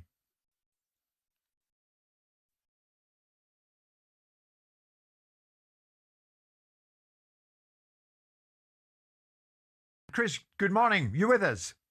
Morning. Good morning, Chris. Where'd you go with this then? First off, what about the chants for former owner Roman Abramovich last night? Can you understand that? Well, partly. I mean, I'm 34 now, so I've grown up watching a lot of football under the ownership of Abramovich, and obviously it was good times for us. So there is an endearment towards him. As a fan, we didn't really have anything known towards what was going behind the book, so it's all hindsight, really, isn't it? Right. So what do you make of this 8-2 aggregate defeat? I think it was a terrible display, to be honest. I think he got it completely wrong. I think we set up wrong last night. Probably made fools of ourselves in front of everyone, to be honest. Made fools of yourselves? Well, it just wasn't good enough, was it? I mean, we've spent all this money over the last few years on what? You know, we're not recruiting ready-made players. It's all potential, and, you know, we've got a great youth system. Why don't we buy some ready-made players and try and bring potential through? And they're going to learn better, you know? Okay, like Chris. When they were playing with Frank and John and... Okay, I take your point. Ollie is now with us, Chelsea fan. Ollie, what do you make of what the previous caller was saying, Ollie? Good morning. Good morning, boys. Love the show. I just think that, like, if let's really look at this. You know, we were used to winning for such a long time, and you look at the decisions that have been made. We're hiring championship managers, and you look at what wins and loses titles. What wins and loses titles is defence and a top goalkeeper. And you spent £1.5 billion on, you know, a great midfield and some good, you know, Cole was lucky. And I just think it's one bad decision after another. And then you go up and you face PSG, and they have actually bought the best youngsters in the world. And we've gone and got Garnacho and Gittins. And you're just a bit like, this feels so top, mid-table, top 8. It just doesn't feel like there's that much thought in this at the end of the day. Not much thought in it. Right. At it going, yes, okay, I see what you're trying to do. I understand the youth. I understand this perception of signing these young players on big contracts. But only a handful of them have really worked. And the quality where you need it hasn't. And it's just a bit embarrassing at this point. I just feel like this is just a complete mess. And I don't blame Enzo for coming out with those quotes after the game.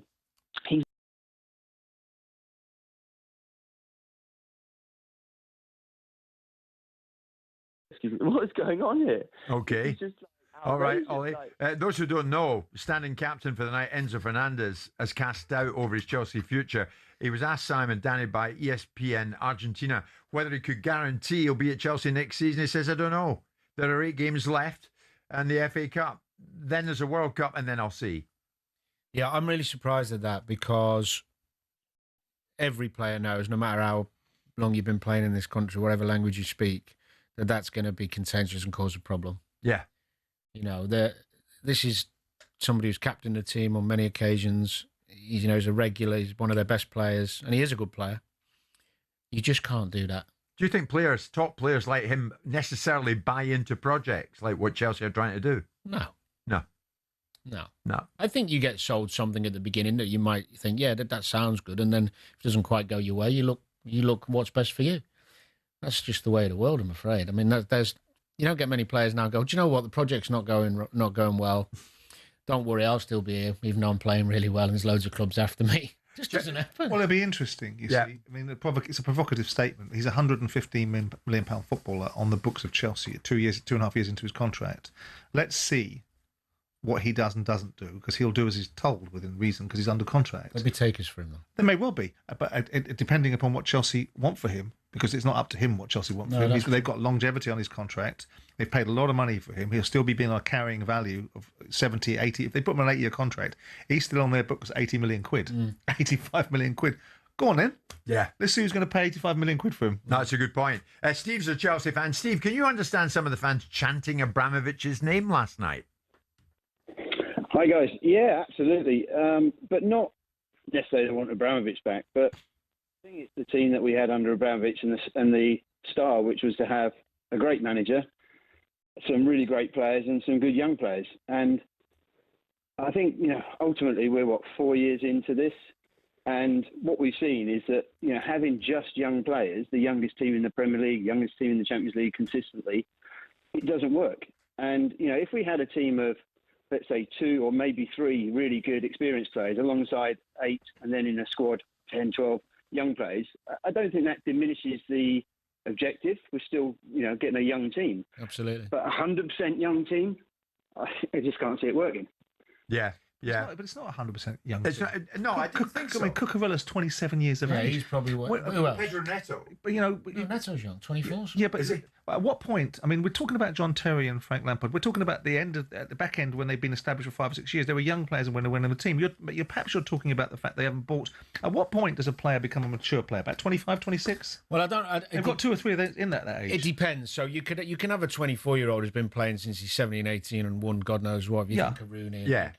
So like Fernandes, then it's played and won a World Cup. Well, so you think he'd be a bit mature? Well, it's a bit of a myth that, because Fernandes wasn't in the Argentina team when the World Cup started. He got in it midway through and became a bit of a star because of it. But yeah, so he's been learning on the job at Chelsea. Sure, but he has evolved into he's now 3.5 years in. He's now So there are players there who've got football experience, but in terms of leadership and that's not necessarily an age thing. Actually, it's a good point. I don't think since Thiago Silva they haven't bought leaders. They haven't bought organisers and leaders. And normally you look for your leaders to be centre backs. Their centre backs are permanently injured. Fofana might have come through as a leader at some point, but he's never been fit. No, I'm not suggesting he would have done. Well, Sanchez is 28, Tosin 28. I know. Let's get it right. Chelsea's best centre-half, I know Cole was injured, but Chelsea's best centre-half season's been Chalobah. Now, Chalobah they threw on loan to Palace and had to take him back when they were in trouble. He's become their best defender. Right. Happens, isn't it? I mean, Steve, before you leave us, Steve, I think you're still on the line. So much for the players and the team. Are you buying into Liam Rosenior taking you forward? I mean, he's an unknown quantity, isn't he? And, Maresca was reasonably unknown, and I really like Maresca. So was Arteta. Will Rosenior turn out to be really good? I don't know. I mean, I'm more than happy to give him a chance. I think that the issue is he's still dealing with the same problems that Maresca had and others before him, which is trying to get a young team with, some impetuous discipline to be consistent. Because against PSG, I was actually away overseas, and I watched the first 70 minutes, and I left thinking, well, 2-2, we played just as well as PSG. I thought that was pretty good. Right. When I woke up and it was 5-2, I thought, wow. And so I think, there's a lot of good players. There's a great squad. There's a great potential there.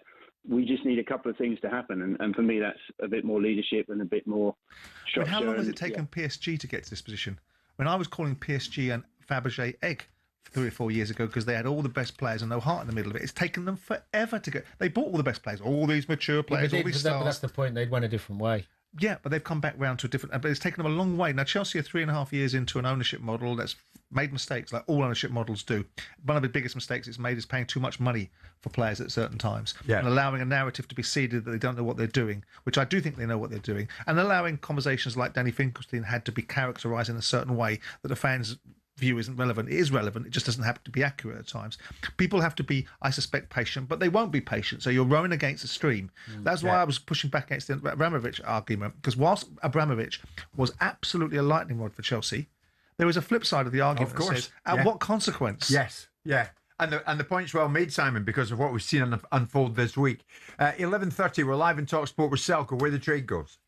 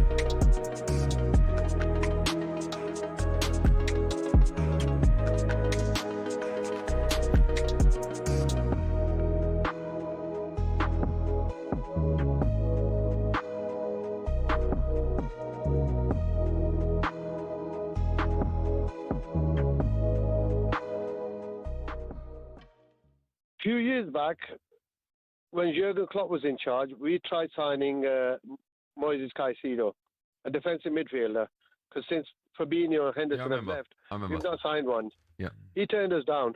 We tried signing that Southampton young Lavia as well. Lavia, yeah. The same window. He turned us down. Yeah. A year later, we went for Zubamendi. He turned us down. We've not replaced that kind of player. Slot came in and played Gravenberch in that position. He did well. We won the league because of the other teams falling off as well. But we've not signed that player yet. We've let go of centre halves, Matip and company, and we've got only two. Company. Choice. No, Matip and company. You know. Oh, Matip and Co. Other players. Right. Yeah, Matip and Co. Yeah. Yeah. You know, let go of players like that, and then we've not signed any centre halves. We're probably the only Premier League club who's got two senior centre halves on their books. Do you know what, Sam, as well? Another one, Mark Gahey. I don't know why you didn't get him. Yeah, but that's what I'm saying. For £5 million, we spent outrageous money on attacking players, but we're not signed a defensive player, just for £5 million. How ridiculous is that? Yeah, but that doesn't explain why you're not scoring goals. Exactly. Yeah, but there comes Slot's position. Arne Slot. Hold on. Let's get cash point. Hold on. Sorry, are you working behind the tills at like Tesco's or something? Yes, I am. Why are you talking to us? Because I'm listening to you as well. That's unbelievable.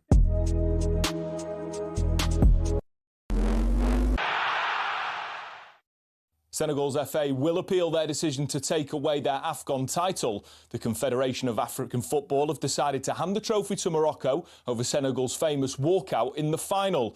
Here's talkSPORT reporter Ben Jacobs. There shouldn't have been a walk-off. The officials should have had more control over the game.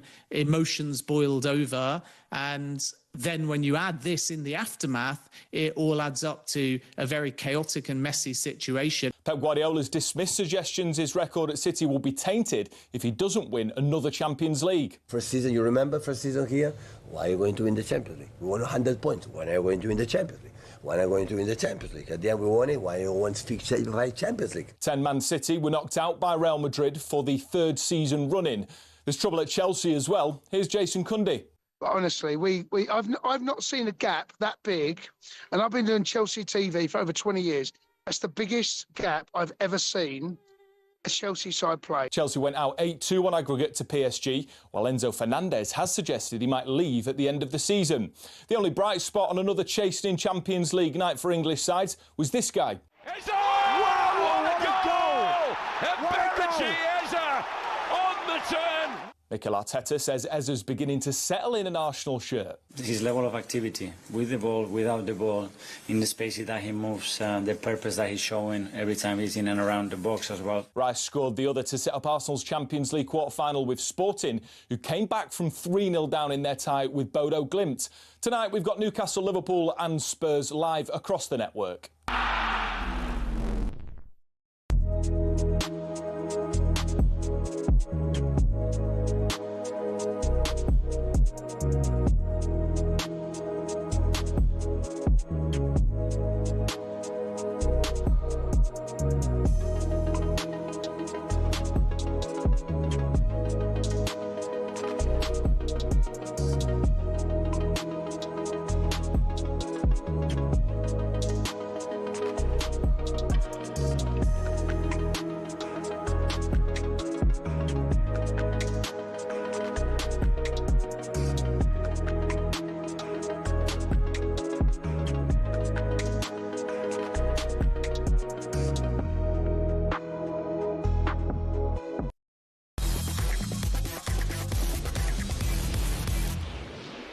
It's showtime on talkSPORT with BetMGM. We're ready for the action.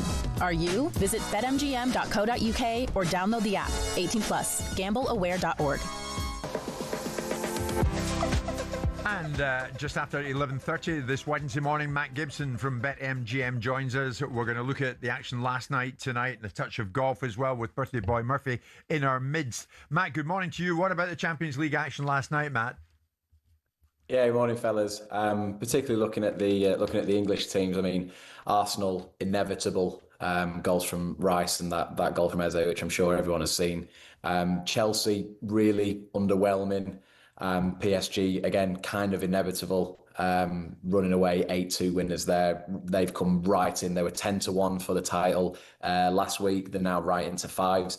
And the game I watched, fellas, City against Real Madrid, started at a real pace. Although it was a correct decision in the red card, the game kind of lost its impetus after Bernardo went off. We were talking in the office this morning, fellas, about those number 10s, or England number 10s. Guardiola made 5 subs last night. Phil Foden, not one of them, and not in the starting lineup. Palmer kind of huffed and puffed against PSG, but couldn't really get anything going. And Eze scores a screamer. I found it. I know the red card might have changed the complexity of the game, but I found it quite astounding that, given Foden's creativity, and he has done it at the Champions League stage, I found it astounding that Guardiola left him out, lads. I don't know what stories. What about that, Danny? What do you think, Foden? I think there's that much quality in the squad in attacking areas. He'll be going week by week what he sees in training, who he thinks is that, when you look at Marmoush, Semenyo, Haaland, Doku, he's got to do more. He's obviously not doing enough. Yeah. So much for last night, Matt. But let's look ahead to tonight, because this is mouth-watering, isn't it? Live in talkSPORT, the early kickoff, Barcelona, Newcastle. Liverpool have got to turn it round with Galatasaray, 1-0 down from the first leg. Live in talkSPORT. Live in talkSPORT 2. Igor Tudor's Tottenham going against Atletico Madrid, 5-2 down. Where on earth are you going with it, mate?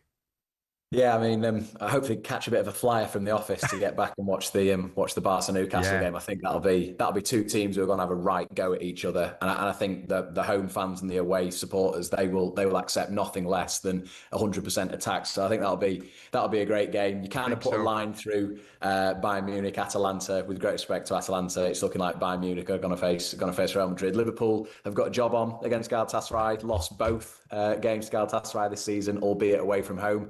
And then Spurs, mountain to climb, but as we saw yesterday, fellas, a three-goal advantage can be turned around. Lisbon did it against Bodo Glimt after I tipped up Bodo Glimt live on air to my sort of ruining my credentials as any form of tipster. I don't know, gents, with these ones, with the English teams, it's a big price for all English teams to win. Liverpool, Newcastle and Tottenham, 18-1 the treble. Do you think that's a chance, or where are we going with this? What do you think happens tonight? I cannot see. Well, Danny, what do you think, first of all? Barcelona and Newcastle, Danny, in all honesty, what percentage degree of hope do you give Newcastle here? I personally would love them to do this tonight. I think in years gone by, you'd give them no chance with Barcelona teams of yesteryear. This Barca side with the high line, a lot of young players, they are a good side, but you can score against, you can make chances. They should have won the first game. And Newcastle have got one thing, they've got pace. They're blessed with pace. Yeah. So they've got a chance. I mean, I wouldn't make them favourites, far from it, but they've got more of a chance. They've got a chance. What about your boys? I think it would be a catastrophe for Liverpool to not get through. A catastrophe. Right. Against a Galatasaray side full of players who didn't quite make it in the Premier League. But you're worried about Galatasaray, and you're worried about Osimhen, you're worried about the way Liverpool are playing, you worry about anyone because they just look so wide open. Yeah. I think they'll get through, but I think it'll be jittery. We'll get back to that later on. Simon, what if any chance do you give Tottenham 5-2 down? If I were looking for something from Tottenham, I'd be looking for a good performance. I'd be looking for something out of the game. Do I think they're going to overcome it any more than I thought that Chelsea wouldn't overcome it yesterday? I thought that Chelsea would concede goals. I didn't think they wouldn't score. I thought they would concede goals, which would make the task impossible because of the gap between the two teams in the first leg. I think the same thing applies here. If Spurs can come out of this game having cemented a performance against Liverpool by another performance against Atletico Madrid that culminates in a draw on the evening or something of that occasion, I think it builds to the bigger picture. Yeah. European football is wonderful for the distraction. It's of no use to Tottenham at this moment in time. It's of no use to them whatsoever. They've got to go and beat Nottingham Forest on the weekend. So playing against Atletico Madrid and getting Solanke injured or someone injured in the game that could be key for the game against Nottingham Forest is all a byproduct of being in Europe. But actually getting a good result against Atletico Madrid and stealing the momentum, flexing away from the manager and all that he does and doesn't do. Sure. And flexing onto the players is the key thing there. Yeah. Matt, you say 18-1 for the English clubs to go through tonight. Newcastle, Liverpool. 18-1, not just to win the games. To win their games. To win the games. Are you getting many takers on that? I personally think that Newcastle have got a real job on. Gents, it was interesting, again, we were talking about this morning. Without me telling you the odds for Newcastle to win and Spurs to win individually, who do you give the better chance? Who do you think the bookies have as a better chance to win their game tonight? Spurs out of form at home against Atletico, or Newcastle going to Barcelona? If you had a fight, who would you just put it on? Spurs are 31-20 to beat Atletico at home. Newcastle as big as 4-1 to go to the Camp Nou and win. Mr. Murphy, Mr. Jordan, you were both right. Birthday boy Murphy is in our midst. He and I were talking about the Players' Championship and how close Matt Fitzpatrick got to it, but Cam Young won it. What about the Valspar Championship? Where are you going with that then, Matt? I thought, to be honest, Jim, I thought Danny would be on the golf course, seeing as it's his birthday. Tomorrow, mate. Shocked to see him in the chair. I mean, we're sort of headlong into the Masters here, but we've got the Valspar this week.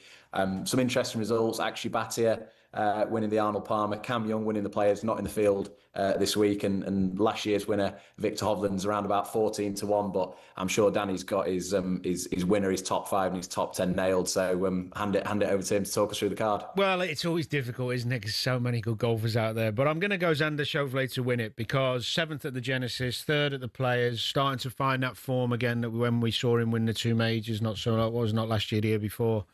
Wonderful putter, great player. So 7th, 3rd, maybe this week could be his week. It's good to see him play in so many tournaments, actually.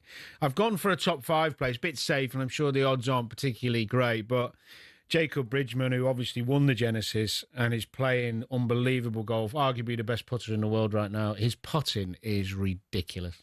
Honestly. It doesn't matter where it is on the green, it's either shaving the hole or going in the hole.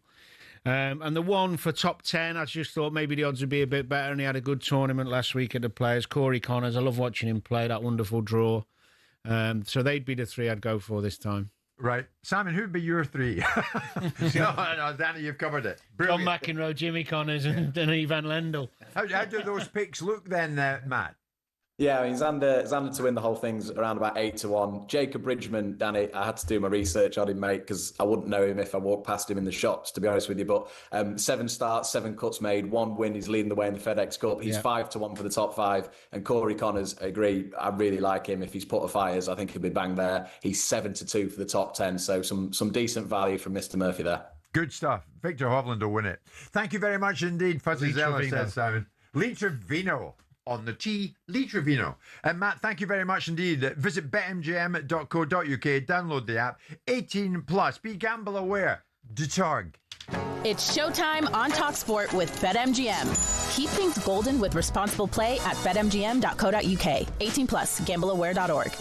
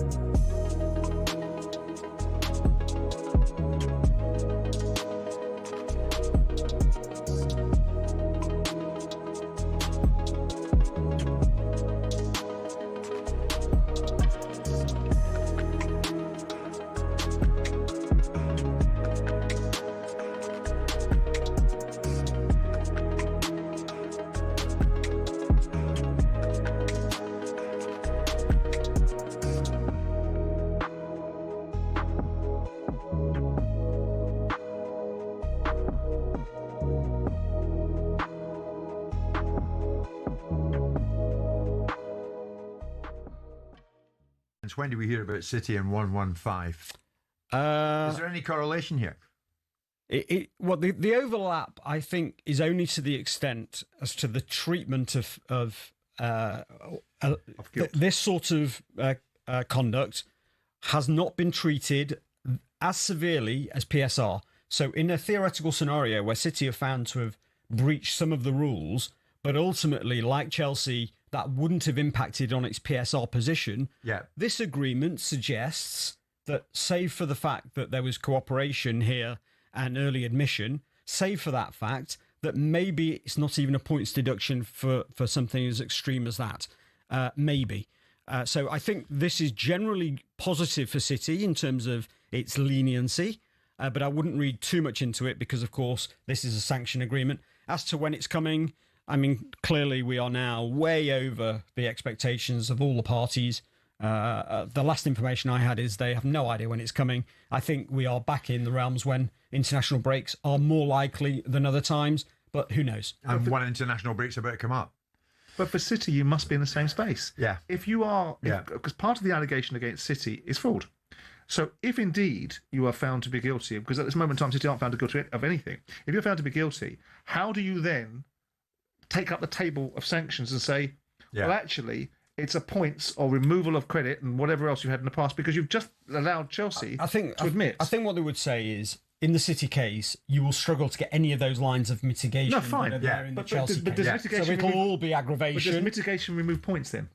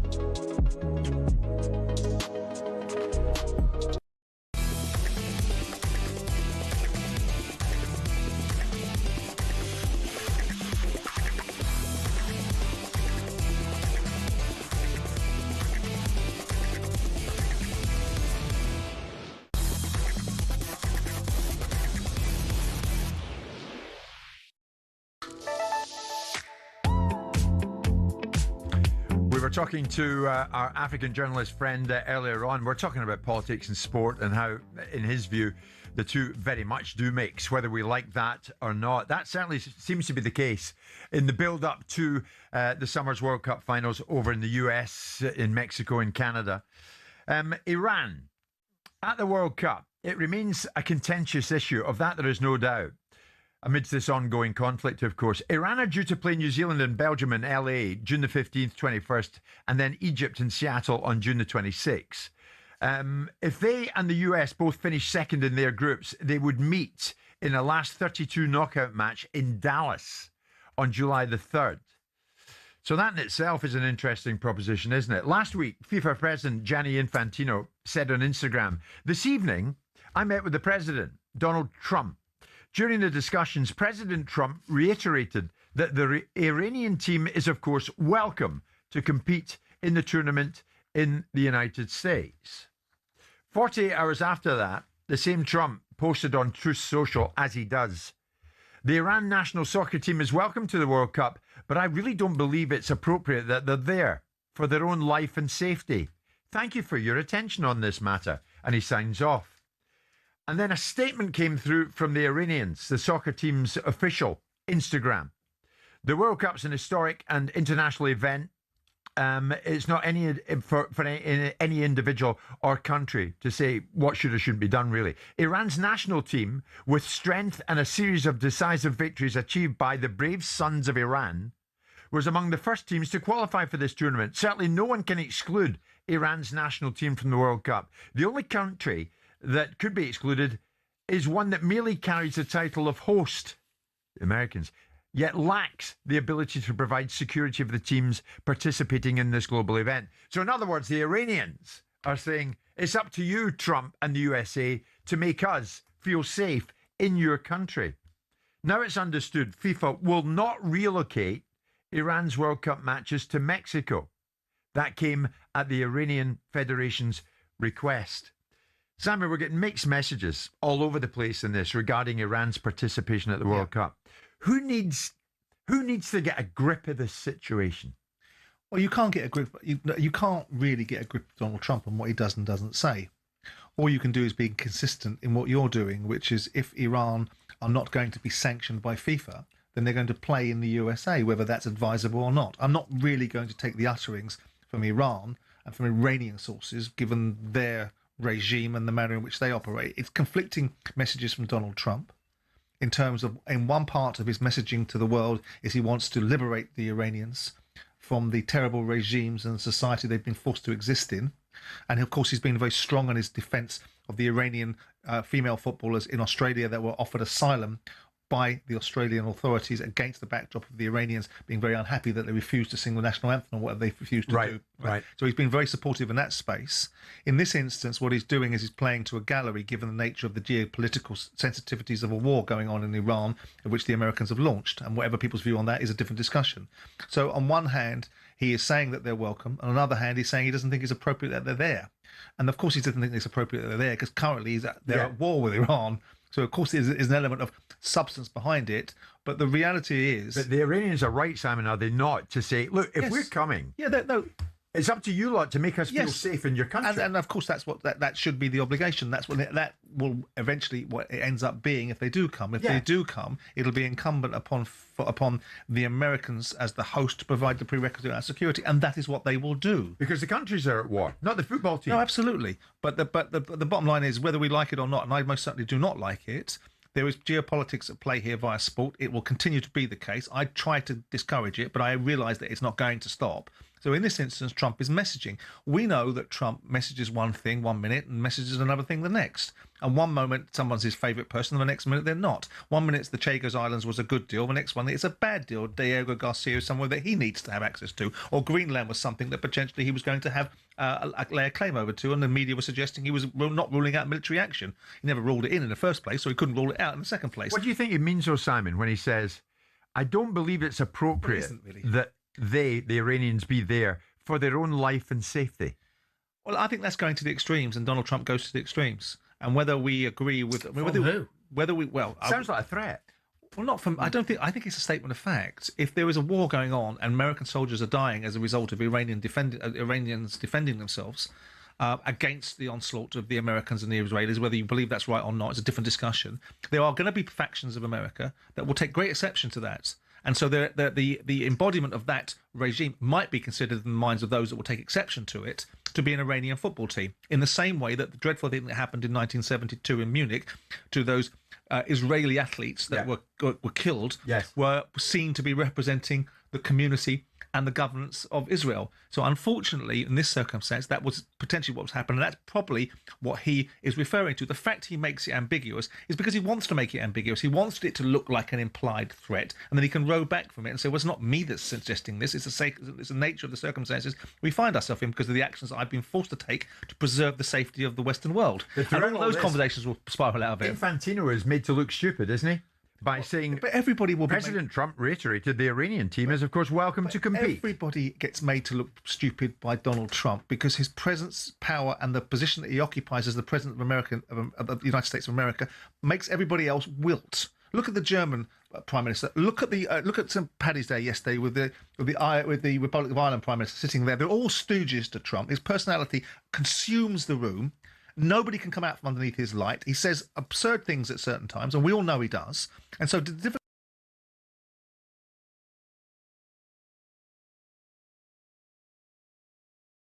around me. Meantime, the Iranians are trying to steal a march on it all by saying we'll play our games in Mexico. The Iranians are. No, they know they can't. No, because they won't get moved. The Iranians are playing the good guys in the equation. The Iranians are calling out the obligations on the football fraternity, understanding if the boot was on the other foot, they'd be doing exactly the same thing. In fact, probably bleeding worse. Besides murdering their own people, the fact of the matter is that there is a challenge and it's being played out on a geopolitical level inside a football tournament. But Infantino, as much as I think he's an obsequious little weasel, has got a very difficult job to be able to deal with, which is he's got to manage this personality which nobody, no politician, no leader, no commercial animal can deal with Trump on a level because it's beyond dealing with.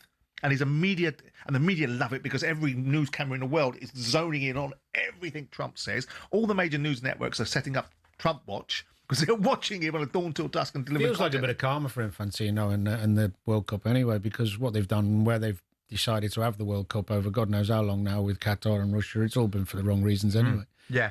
Relevant whether they went well, because I was there and they did and they were enjoyable, but they weren't given those regions for the right reasons. We know. No, of course. So maybe the right methodologies. There is an argument to say. Okay, but we can't argue really that the Middle East is not entitled to a World Cup. We might not like the method it was gotten in, and we might not like the bait and switch from a summer tournament to a winter tournament. Yeah. But the fact is, these regions are entitled to have. If it's a World Cup, you do have to suggest that they are able to host them. And given the fact we saw it, this isn't going to go away, though, Simon. No, of course it's not. Who's going to make the final decision on it?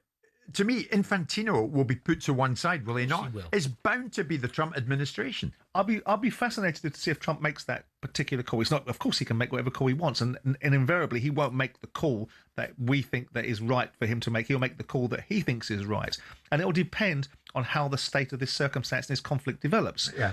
Over the period of time, Trump is suggesting this war will be over in 2 weeks' time. Who knows what the ramifications of it? We're seeing what's being done in the Straits of Hormuz. We're seeing the consequences around the global economics of it and all that goes on with it, and we're seeing the debate about the law, the legality of this war. I don't think law and war go in the same sentence, but I understand why people do.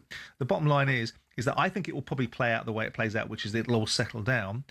But the one thing you cannot predict is what Donald Trump will do. It would have been interesting if the Qataris, before the last World Cup, had said prior to it to a certain nation, we don't think it's appropriate that you come here. To Iran? In terms of your own life and safety. What do you think the reaction would have been then? Well, it depends if they had been at war with them. I mean, if they were at war with them, they might well have said it. We've got to put the context into the situation. We can't ignore the elephant in the room, which is they're at war, and there is a major offensive going on. However, we think that offensive has been framed, and for whatever reason, there is one going on. And so, what would people do? What would you do in that circumstance if you were there? What would happen if the circumstances with Russia and Russia telling Ukraine you can't come? I tell you what, you better not come to this World Cup in 2018 because your lives will be at risk. What would we say? We'd say there were war. One thing's become clear, Simon. and this pains me to say it, it's not FIFA's World Cup. It's Trump's World Cup. FIFA sold their soul a long time ago for the economics of a World Cup. And they do it because they look at the revenue streams. And the reasons why the World Cup was awarded to the US and to Mexico was because they guaranteed them something like $15 billion. Yeah. And so it went to the highest bidder. Yeah. And that's where it went. And with that, he who plays the tune, he who pays the piper, to some extent, calls the tune. Correct. I'm with you. We shall see how that works out. But at the moment, there's still considerable doubt as to whether or not Iran will be heading to the World Cup finals, as we will be in the summer. Swamnoon.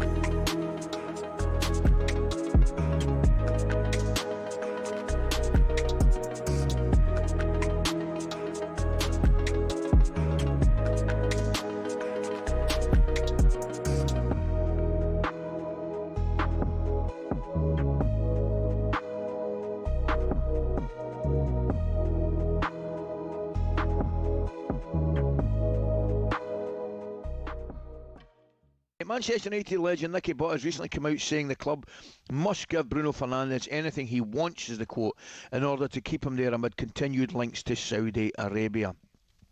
Fernandes, for me, Gabby, has been absolutely tremendous. He's now just 4 assists off the Premier League record and continues to prove just how important he is to that Manchester United side.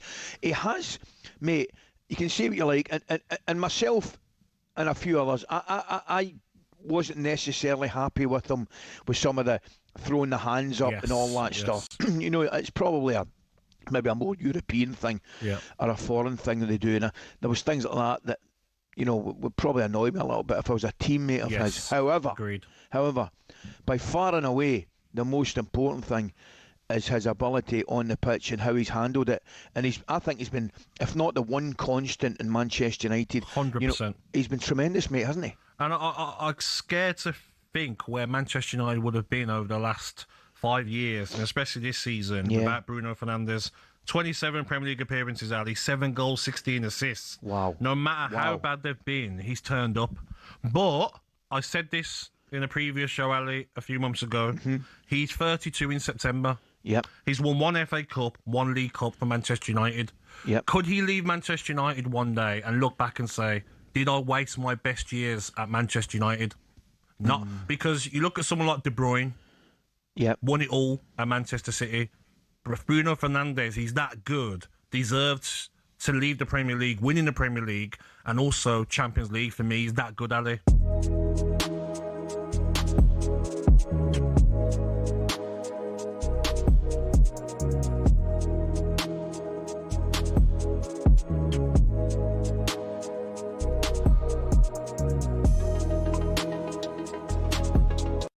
talkSPORT Sports Update, powered by the Nissan van range. Scoring a winning hat-trick of performance, payload and price. Search Nissan Vans or head to your local Nissan Van Centre.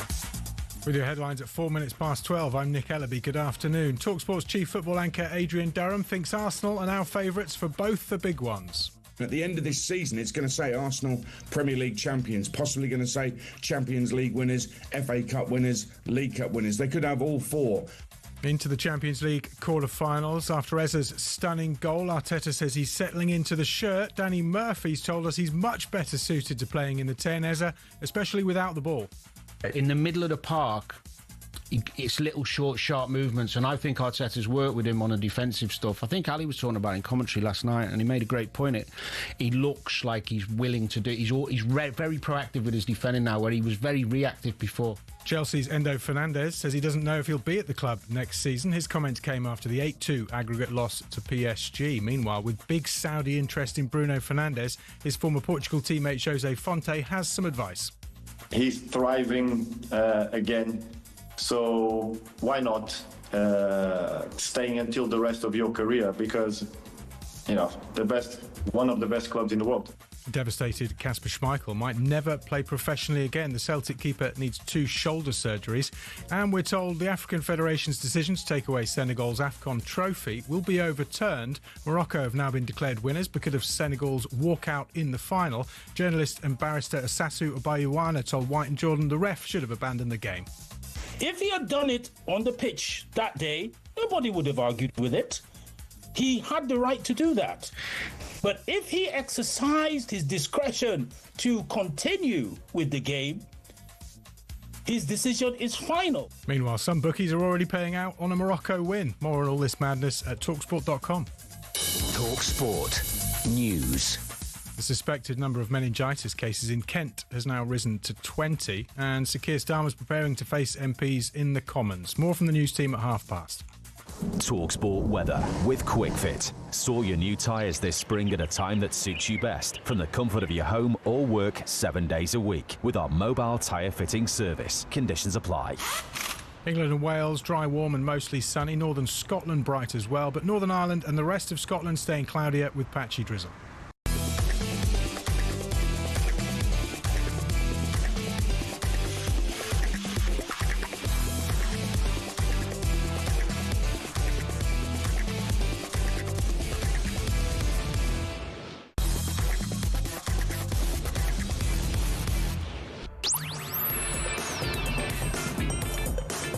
Good afternoon, everybody. 6 minutes past 12 noon. It is Jim White, it is Simon Jordan, and it's Danny Murphy, and we are live on talkSPORT. Liverpool, Tottenham Hotspur and Newcastle all in Champions League action tonight. It really is the business end of this great tournament, and we're all over that in the final hour of today's show.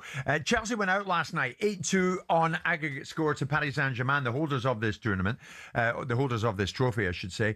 But of course, with Chelsea, news came through of another sort yesterday. Chelsea were handed a suspended transfer ban and fined £10.75 million after secret payments to players and unlicensed agents helped facilitate transfers during the Abramovich ownership. Chelsea made almost 50 million quid in illicit payments over an 8-year period to help them sign 7 players: Hazard, Willian, Ramirez, Luis Schürrle, Matic, Eto'o, plus 3 unknown players. Now, some of the recipients of the money were 7 unregistered agents who were paid more than £23 million. And of course, this story has been covered everywhere. In Mail Sport, very good journalist Mike Keegan in the Mail Sport reports that there are a number now of exasperated executives from other clubs in the Premier League who are demanding an explanation from the Premier League following the sanction agreement. It's also understood that Everton fans who were hit with a points deduction for breaching PSR are planning a protest at Saturday's match at home to, you've guessed it, Chelsea. Alex Crook is talkSPORT's chief football correspondent. Alex joins us live. Alex, what more are you hearing on this lunchtime? I mean, can the Premier League continue with a never explain, never complain mantra? I think it's difficult, Jim. And I think what has agitated a lot of people, not just fans, but senior executives, I'm told, at a number of Premier League clubs, a number of Chelsea's rivals, is the inconsistency. When both Everton and Nottingham Forest have been hit with points deductions, obviously Leicester find themselves struggling in the Championship, having been punished for their own financial irregularities. I know each case is different and therefore has to be treated in its own right, but there are a lot of people asking how Chelsea have escaped with a fine and obviously a transfer ban, which only affects the academy. They've got a suspended transfer ban, which would come into force if they were to commit similar offences. Now, Chelsea's argument under Blueco has always been that they self-declared these misdemeanours and therefore they should be treated leniently. I'm not sure a lot of people will agree with that. And you've mentioned some of the high-profile players that they signed using this method, if you like. Eden Hazard, one of Chelsea's greatest ever Premier League players, I would suggest. Louise, another who made a massive impact on the football club. And you look at what they won at the time when these things were taking place: a couple of Premier League titles, the Champions League, 2 Europa Leagues, 2 FA Cups and a League Cup. Simon might disagree with this, but I think it's almost impossible to say that those trophies aren't tainted now by what we know was taking place. Would you? Well, of course. I made the argument with Stefan in great detail. It's not about inconsistency. It's about the weight of balance they've put on cooperation. They have suggested that there is an enormous amount of weight they've attached to the fact that Chelsea self-declared, and that has qualified them to have a large degree of clemency and leniency, which they didn't afford Nottingham Forest. And the question has to be asked, why is that?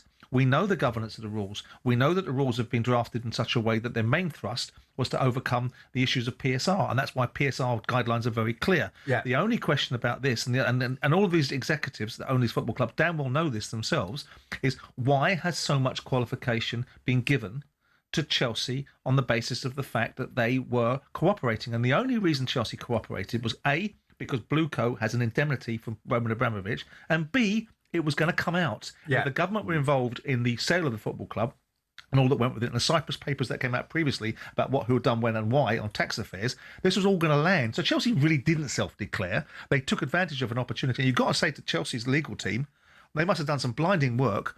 Or maybe, like I said yesterday, the directors that were in Chelsea that were instrumental in making the appointments inside the Premier League, who knows how much influence they may have had to play in the thinking of people that subsequently run the game. Henry Winter, and you probably have seen this quote this morning, top journalist Henry Winter, Alex. At some point, senior Premier League executives have to offer a proper explanation in public for their leniency towards Chelsea. They owe an explanation to fans of clubs punished more harshly.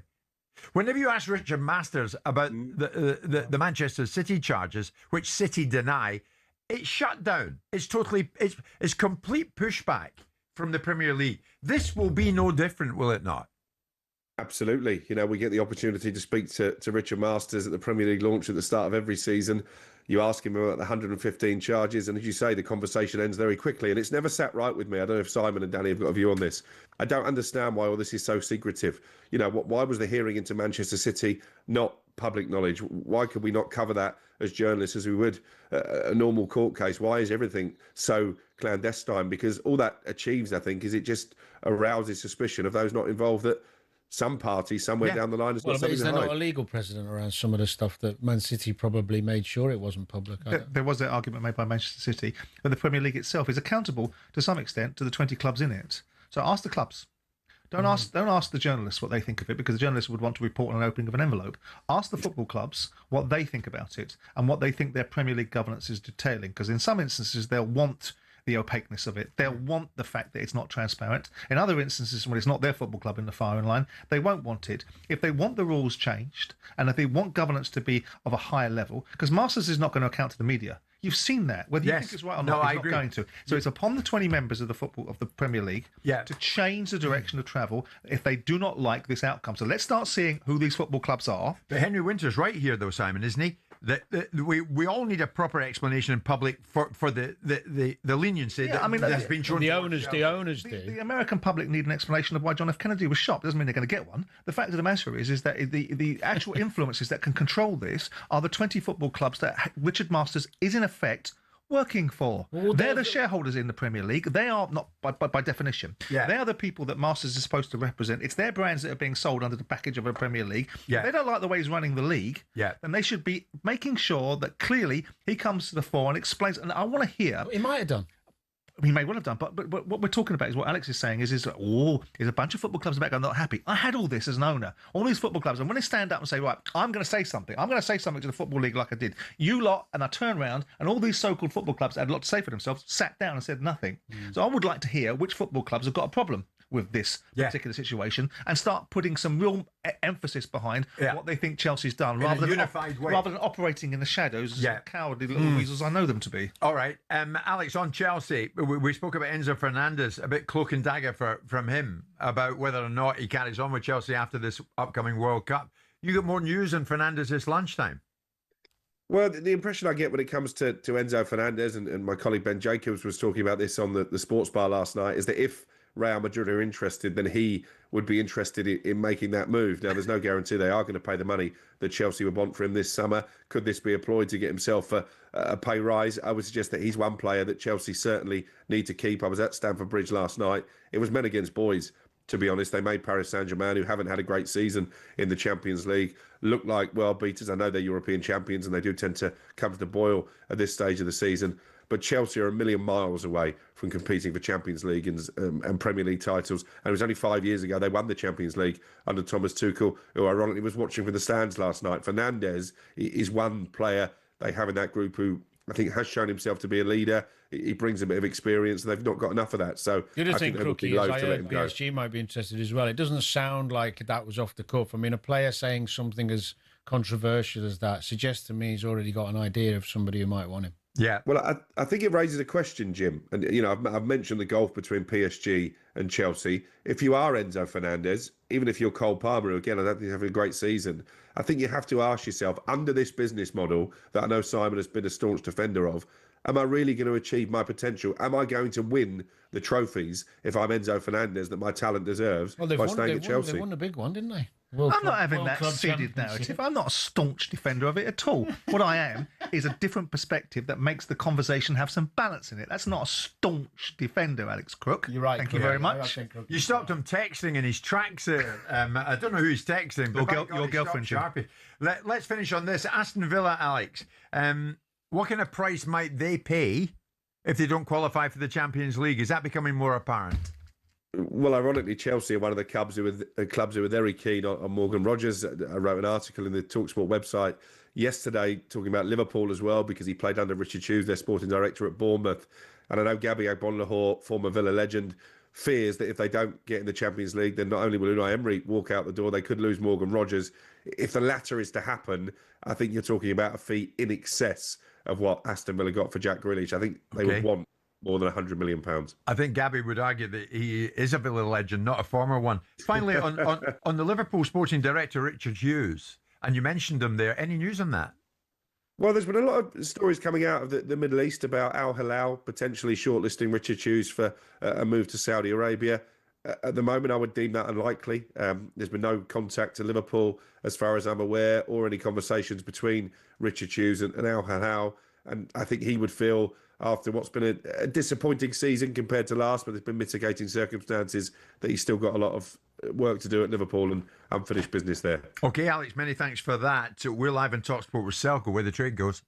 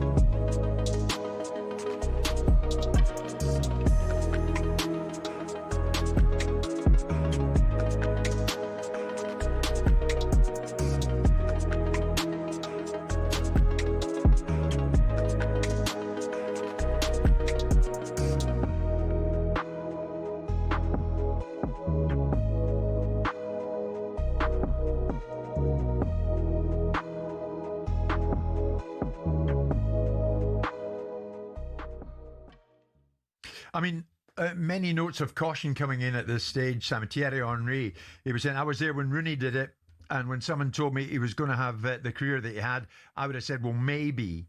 He says, it's a challenge not just for Arsenal, but for English football.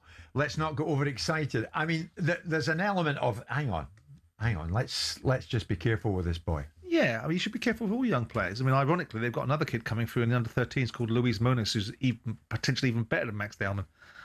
They've got a conveyor belt of these kids coming out of Arsenal for some reason or another. But insofar as he is concerned, listen, he is. If they can shut out the background noise, I mean, I saw his father having a go at a coach, and it seems to me that there's a very strong family unit, as there was a strong family unit around Jude Bellingham. Yeah. So if you can get the right people around you, the biggest challenge for this kid is that he is not distracted from his football and does not have the wrong voices around him that are creating chaos between him and the club, him and opportunities commercially, and all that sort of stuff. Get him wrapped around the right sort of people. He's in a big club. One of the best things of being a good player in a big club is that big clubs don't...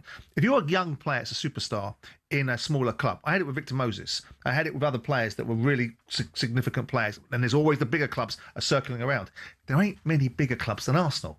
So with due respect, they've got him in the right space because they're a big football club, so there's no necessity for him to leave that football club. I know we've seen Cole Palmer leave at early stage in his development to go to Chelsea because he couldn't get the opportunities. Yeah. Downman's already in the side, and given the way he plays and given the ability he has and given the fact they're already looking to him to go and affect games, it bodes well for him.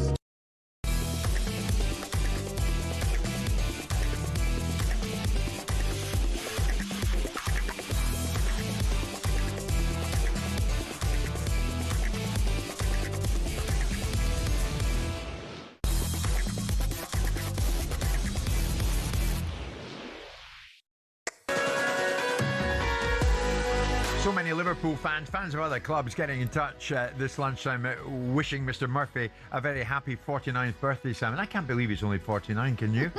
But somehow he is. Thanks for all those birthday messages coming in for Danny. And we're not finished yet with Danny on the birthday front yet, before 1 o'clock. Here's the thing though, Danny, on the football front. Yeah. It's a bit of a tightrope tonight for Liverpool and Arne Slot because Galatasaray, sure, maybe not in any way favourites to go on and win the Champions League, but they're a problem for any opposition team at this particular stage in the proceedings, and they're one up from the first leg over in Istanbul. And of course, we all know that on Sunday, Liverpool misfired against Tottenham Hotspur, and it ended up 1-1. As a result of that, some of the fans inside Anfield let Arne Slot know in no uncertain terms what they thought of it.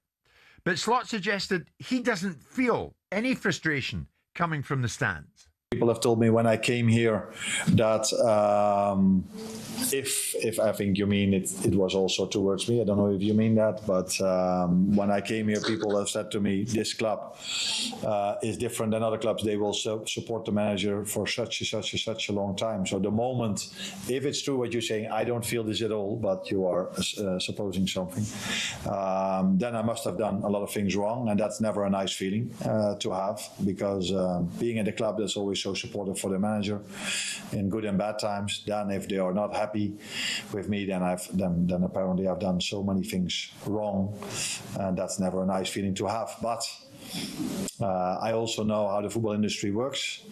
Winning can change a lot, and that's what we are trying to achieve tomorrow night, and we're completely ready for that, I can tell you that. Danny, do you believe Arne Slot when he says he's not really aware of the frustration that's coming from certain quarters?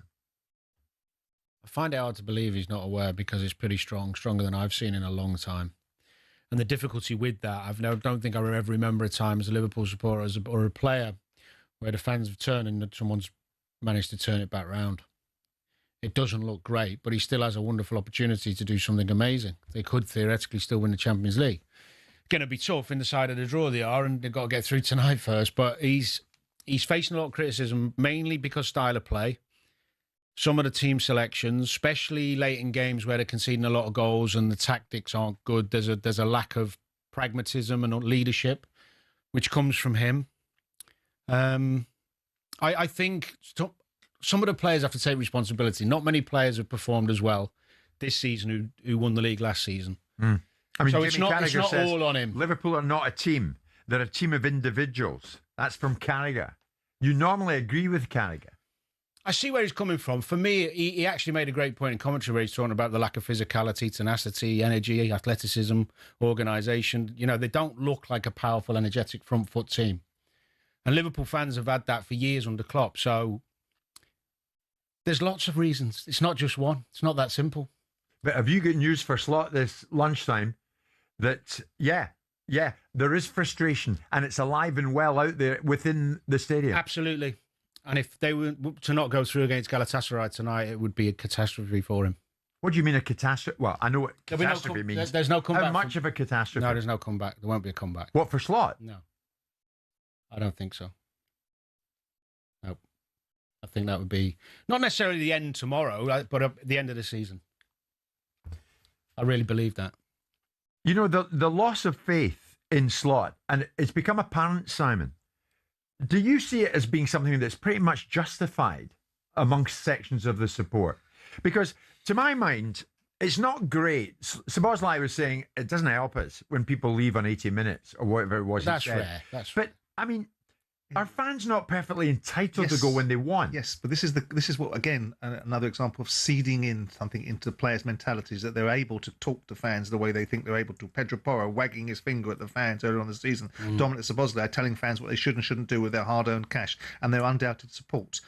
Now, whether Slot is aware or phased are two different things. He will be aware of his discontent. It's not difficult. He doesn't live under a rock, right?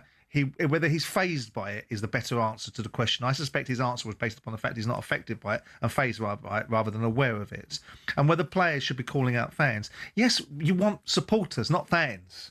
Supporters support. But there's also a question, are these people just proles and lemons that just support things irrespective of what's in front of them? So there's a balance between wanting people to support something that at times is unsupportable, at the same time as suggesting they should support things and all have their own mind. Right. I don't want to hear footballers telling fans what they should and shouldn't do. No, that's fair. I want footballers to give them a reason to stay in the stadium, not to complain as to the reasons why they're leaving the stadium, because they're leaving the stadium because you haven't given them a reason to own what you haven't done. Yeah. And by the way, if you'd have defended better and you'd done your job, you know, irrespective of your free kick that the goalkeeper should have saved, and been in the position that you were supposed to be in, then Richarlison wouldn't have scored that goal. You've got to remember, when Liverpool were under Klopp and not winning anything in the early years, Liverpool fans were seeing progression and seeing this high-energy football from Klopp's teams that was evolving and getting better, so they stuck with him. You know, and I know football's changed a bit and the type of crowd's changed a bit. There's a lot of tourists now at Anfield and a lot of stadiums. I take a lot of expectation after an amazing first season. And he deserved... I don't think he should go no matter what happens. But, I mean, let him get to the end of the season. There's 2 trophies to go to your question, which I didn't answer, which is, does he deserve the potential ramifications of an unsuccessful season having an ultimate consequence for him? Well, it wasn't his team. And the team that he inherited, he just pointed in the right direction, did sensible things, but took the edge off a few of the things that were there. Yeah. He hasn't managed the Salah situation very well. He's had a whole bunch of money, irrespective of whether those players have been injured or whatever. Kirkies hasn't come in and done particularly well. No. Fabian Verse has taken some time to get to a point where he's at a level now. Frimpong struggled. These are all his signings. So this is his team. And this defence of the Premier League and potential loss of an opportunity in Europe, if they don't get into Europe this year, if that happens... then despite Liverpool's traditions of staying with managers, I wouldn't be surprised in the current climate if they look at it and go, what's around is something better, time for a change. Is this one of those moments, Danny, and God, you know more than most, that the Anfield crowd and what it can do for you, it needs to be at its very loudest and most fervent tonight. It will be. Because it used to be the greatest level. No, they'll be behind him and they'll be behind the team from the start. It's only if it goes wrong and the energy levels are down and they're being played through and it's like the game in Gala, then they'll turn, because this ain't about the weekend's game. There's so many more games. There's so many late goals, so many poor performances. The other thing is, I don't know this, but how many players, all the players that have come in, how big a say he's had on some of them. And if you look at the hierarchy and the No, hold on. He would have had a say, but let me just finish what I'm saying. Over the years, Liverpool have been applauded for the transfer policy, the diamonds they find in the rough, the money they've done, how well they've done without spending fortunes. In recent years, Caicedo, Lavia, Zubimende, Guehi... have all been missed. All been missed. Why?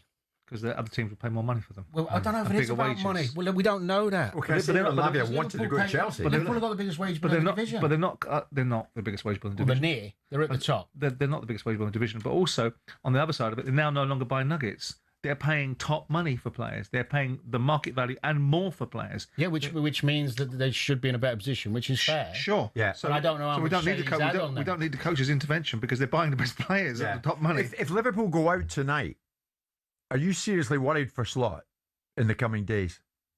No. I don't think that way the hierarchy worked, they'd get rid and do something drastic. The only caveat to that is Alonso is free. And there could be some logic in saying, if they're going to do it in the summer, why not do it now? And let him see what he's got. Is he in your mind, is Alonso the answer? I mean, he failed. Not necessarily, but I think he's the one the fans want. Yeah, okay. And I think that Liverpool will go for him. Okay. It's all down to the fact that it's pretty much on you, Arna, and the players to win this thing tonight and go through. They will. Come on. Yeah, come on, Liverpool. Do it. It's live in talkSPORT. It's 12:30.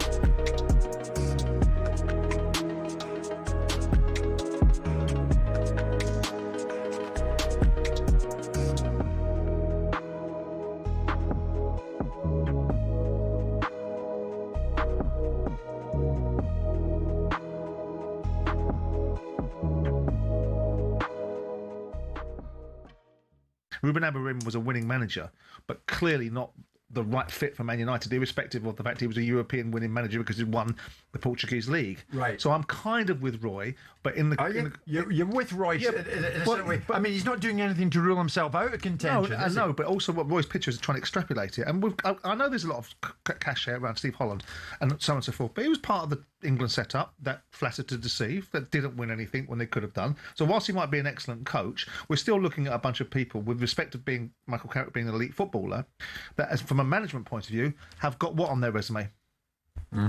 So it's part of the conversation, not the only part of it. But if Carrick goes to the end of the season and United finish third, or even, dare I say it, catch City and finish second, then there's going to be a clamour of people suggesting that he's proven himself, that he's had 18, 19 games, and out of that 18, 19 games, or whatever many he's had, he's done X, Y, Z. I mean, they are far better for him being there, but that's because common sense has prevailed. You haven't got a manager that seems to want to riddle himself into cul-de-sacs and play a group of players that can't play the way he wants them to play. You've got a manager that's ultimately under no real pressure because everyone thinks that United were... The pressure will come now. Now United are third.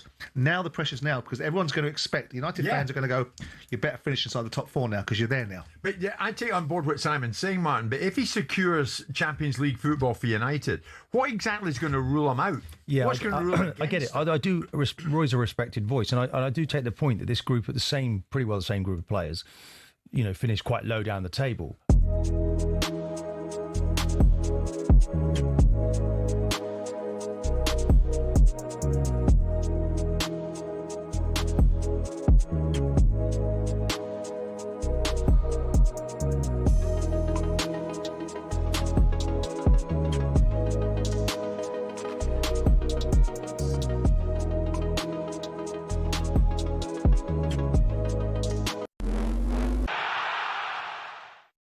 Senegal's FA will appeal their decision to take away their AFCON title. The Confederation of African Football have decided to hand the trophy to Morocco over Senegal's famous walkout in the final.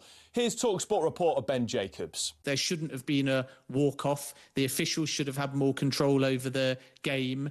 Emotions boiled over, and then when you add this in the aftermath, it all adds up to a very chaotic and messy situation. Pep Guardiola's dismissed suggestions his record at City will be tainted if he doesn't win another Champions League. First season, you remember first season here? Why are you going to win the Champions League? We won 100 points. Why are you going to win the Champions League? Why are you going to win the Champions League? At the end, we won it. Why you want to fix right Champions League? 10-man City were knocked out by Real Madrid for the third season running. There's trouble at Chelsea as well. Here's Jason Cundy. Honestly, I've not seen a gap that big, and I've been doing Chelsea TV for over 20 years. That's the biggest gap I've ever seen a Chelsea side play. Chelsea went out 8-2 on aggregate to PSG, while Enzo Fernandes has suggested he might leave at the end of the season. The only bright spot on another chastening Champions League night for English sides was this guy. Wow, what a goal! Eberechi Eze on the turn. Mikel Arteta says Eze's beginning to settle in an Arsenal shirt. His level of activity, with the ball, without the ball, in the spaces that he moves, the purpose that he's showing every time he's in and around the box as well. Rice scored the other to set up Arsenal's Champions League quarter-final with Sporting, who came back from 3-0 down in their tie with Bodo Glimt. Tonight we've got Newcastle, Liverpool and Spurs live across the network.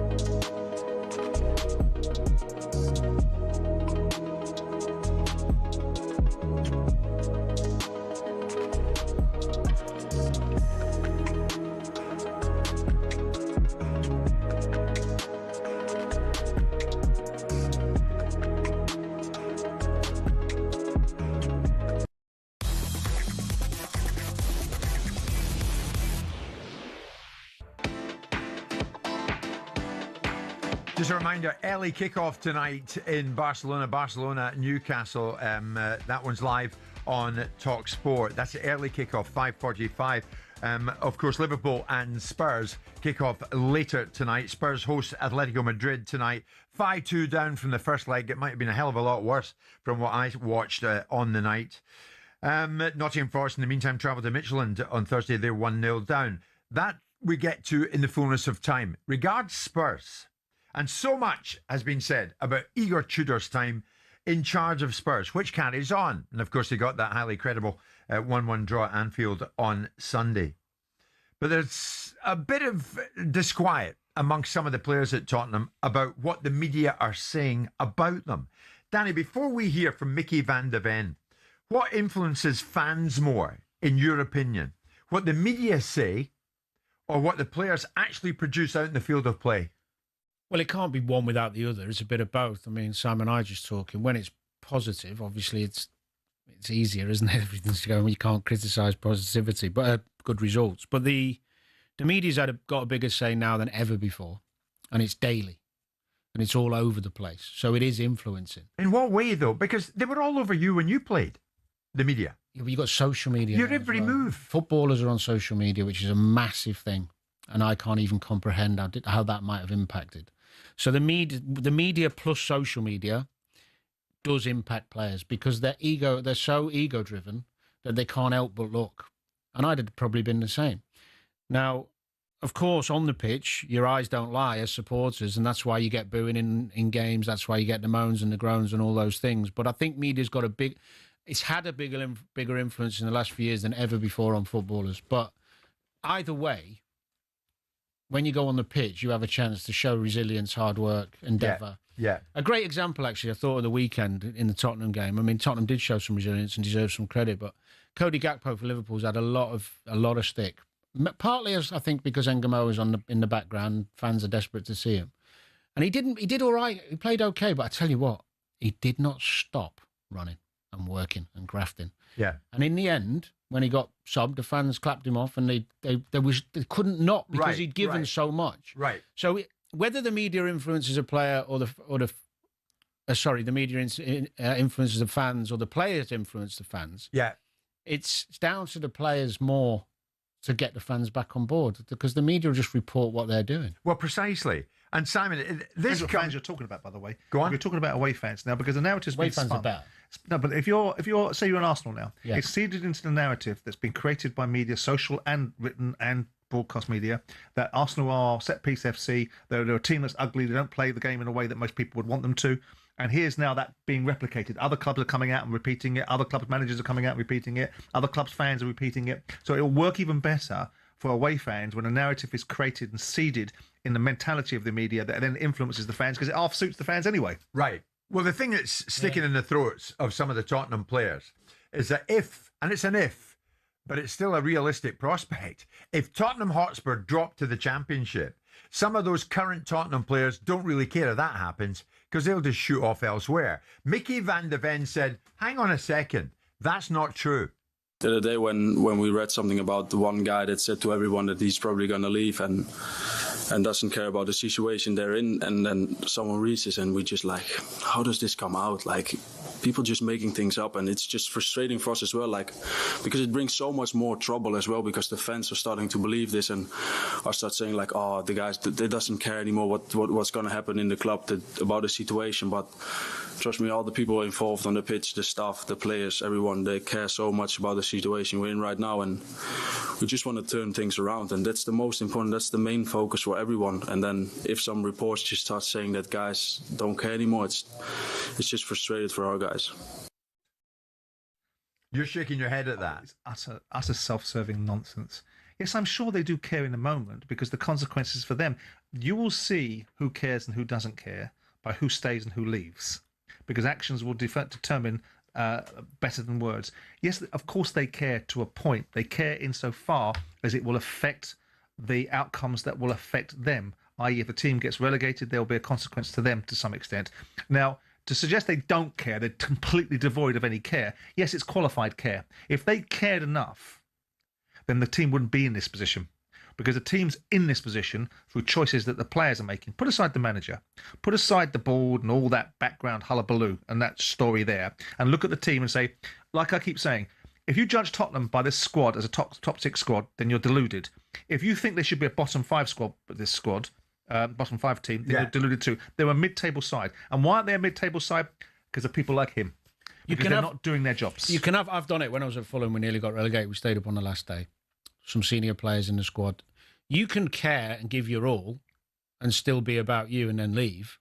Doesn't mean you didn't care because you leave, and doesn't mean you care because you stay.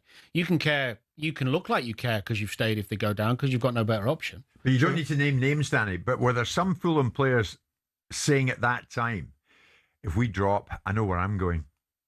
Well, I've got something lined up and I'm out of here. Well, no, I'd be one of them. I didn't have anything lined up, but I didn't want to play in the Championship.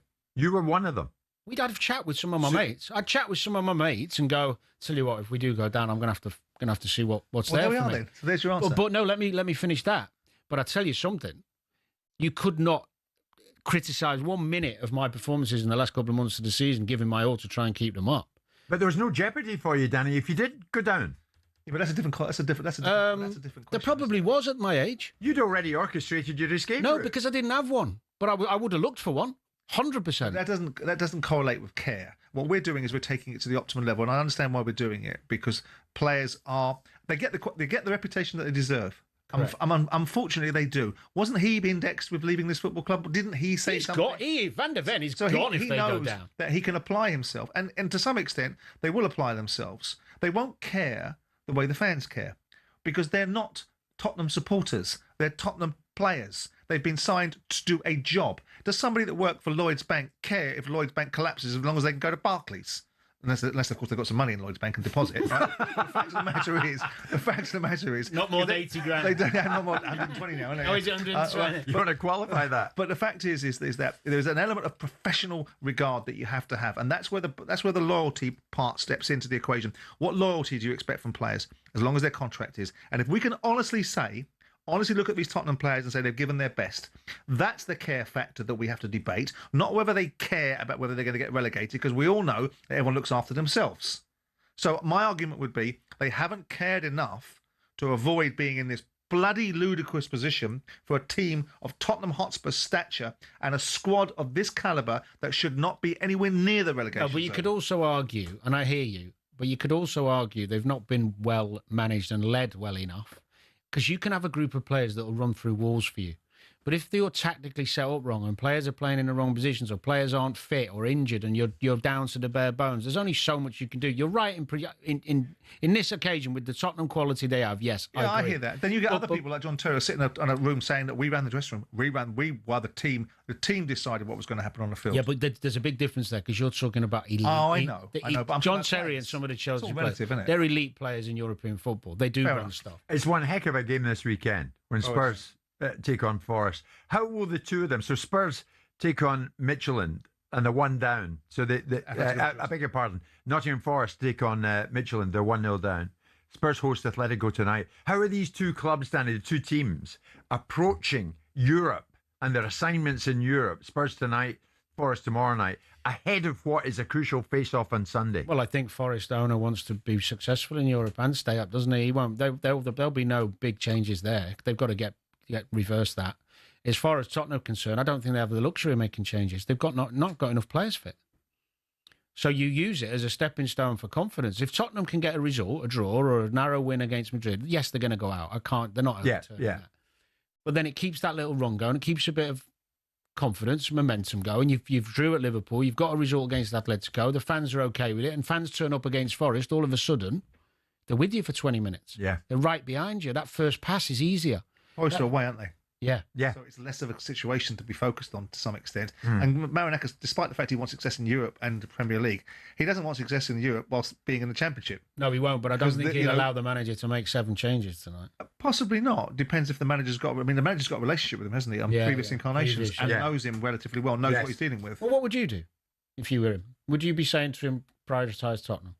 If there's anyone with a doubt... I would be saying that I think momentum's an important thing, to try and get a result, but not at the compromise of getting smashed by Tottenham on the weekend. Find a balance.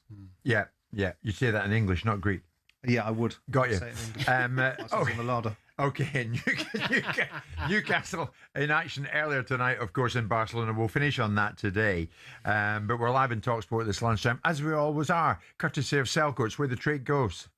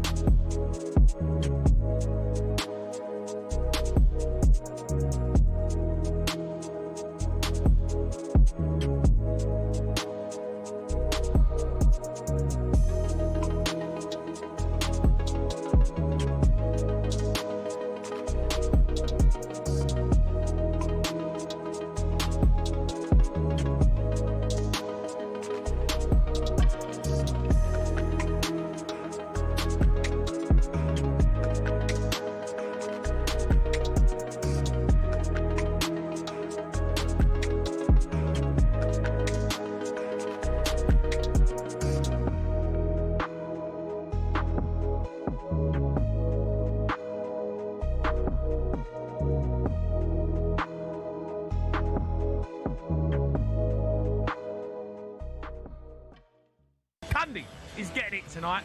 A shocking week for the Chelsea. What do you mean? They got slapped by PSG. What do you mean? Got slapped by Newcastle, and then got slapped with a transfer ban. What do you mean? It's been a slapping week. Slap, slap, slap, slap, slap. Chelsea, slap. Get your calls in, you want to have your say. 03 717 22 33 44.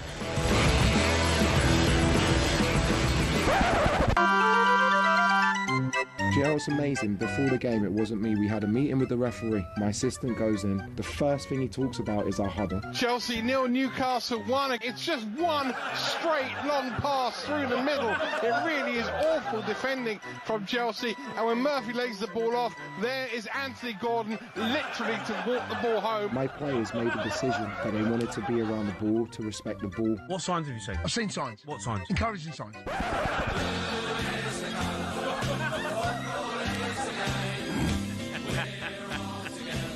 What's happening? Hello, mate. How are you? I'm all right. I've had better weeks. Yeah? What happened? Not gonna lie. What happened? Do you know when you know things are bad?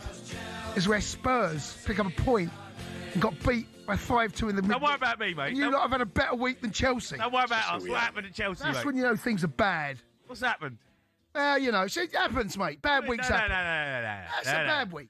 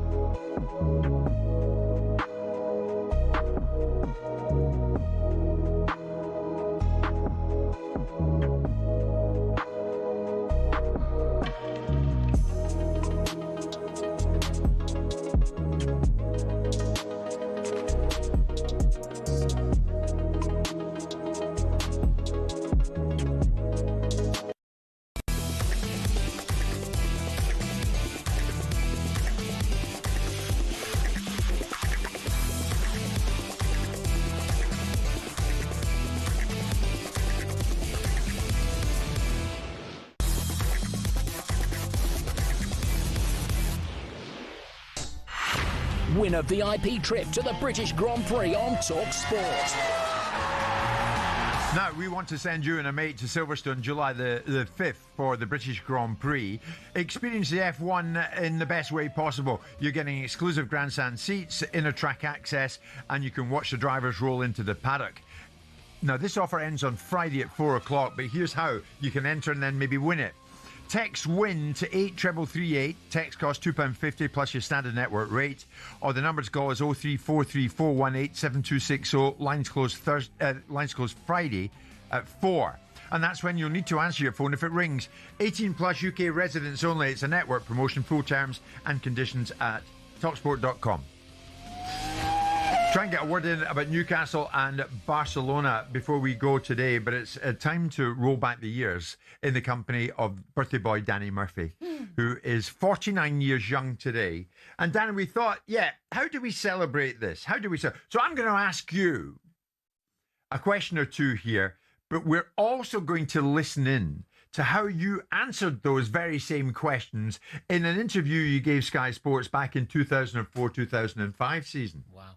You see where we're going with this? No. Danny, to your mind, what's the best goal you've ever seen that was ever scored in the Premier League that you scored? What's your best goal that you scored in the Premier League? How did you answer this back in 2004? I probably said it would have been either one of the United ones or the Everton one. Probably the Everton one was the best, even though it was not quite as important as the United one. The goal against Everton. Yeah. Let's hear what you said at that time. The best goal I scored in the Premier League was probably at Goodison Park in a 2-1 victory. Scored in, I think, the last 10 minutes to win the Merseyside derby when they were above us in the league at the time. So that will live in the memory for a long time. Scouse accent there. Yeah, you were spot on. That's exactly what you said at the time. But you said it at the time in a Scouse accent, which you now seemingly I'm no from longer Chester. have. That's not a Scouse accent you can hear there. It's a Chester accent, which is not the same. Okay. But I was much more broad then, yeah. Yeah, it was a bit more living. I haven't even, do you know what? I still get hammered by the lads when I go back. Like my mates will grow up with and go for a pint with when I go back up to Chester. They're like, Right. what are you talking? Or you go back now, they think you're posh. Yeah. Right, okay. I don't even, it's weird how you adapt to your, I mean, you've still got, I'm assuming your Scottish accent was... Oh, it was much worse years ago. Simon's lost his Croydon accent for sure. Yes. Did you ever have one? South London accent, Did you ever have one? Well, this was a question that it was pointless to ask Simon because he didn't have any. But Danny was asked way back in 2004-05, Danny, who's your best friend in football? Now, when you were asked that question, you gave an honest answer. But what did you say at the time? Your best friend? Probably 04-05. I'd probably been sharing with Stevie G for a few years, rooming with him. So, yeah, we went through some stuff. Let's see if it was indeed Stevie G. Best friend in football is probably Stevie Gerrard. We shared a room for a long time, many years, and you have to be close to someone to share a room with the amount of times we were away. Jamie Carragher's a good friend, Michael Owen, and more recently I've become really good friends with Luke Young. I travel in with him every day. He's a good lad and someone I'm glad that I've met.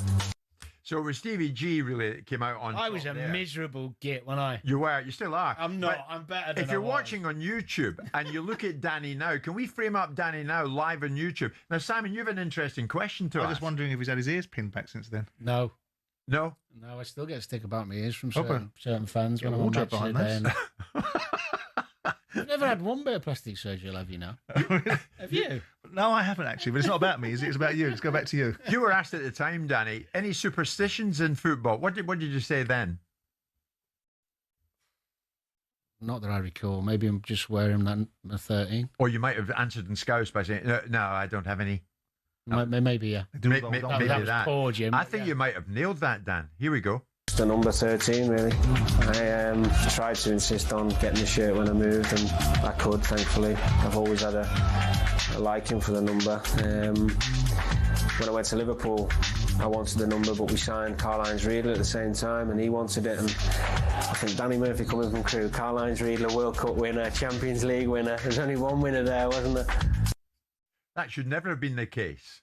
Karl-Heinz who? Riedler. Yeah, decent player, but you're Danny Murphy. No, he's a ledge. What a lovely guy. 13 came from when I was a kid. Because I was decent, I was always playing with the older lads.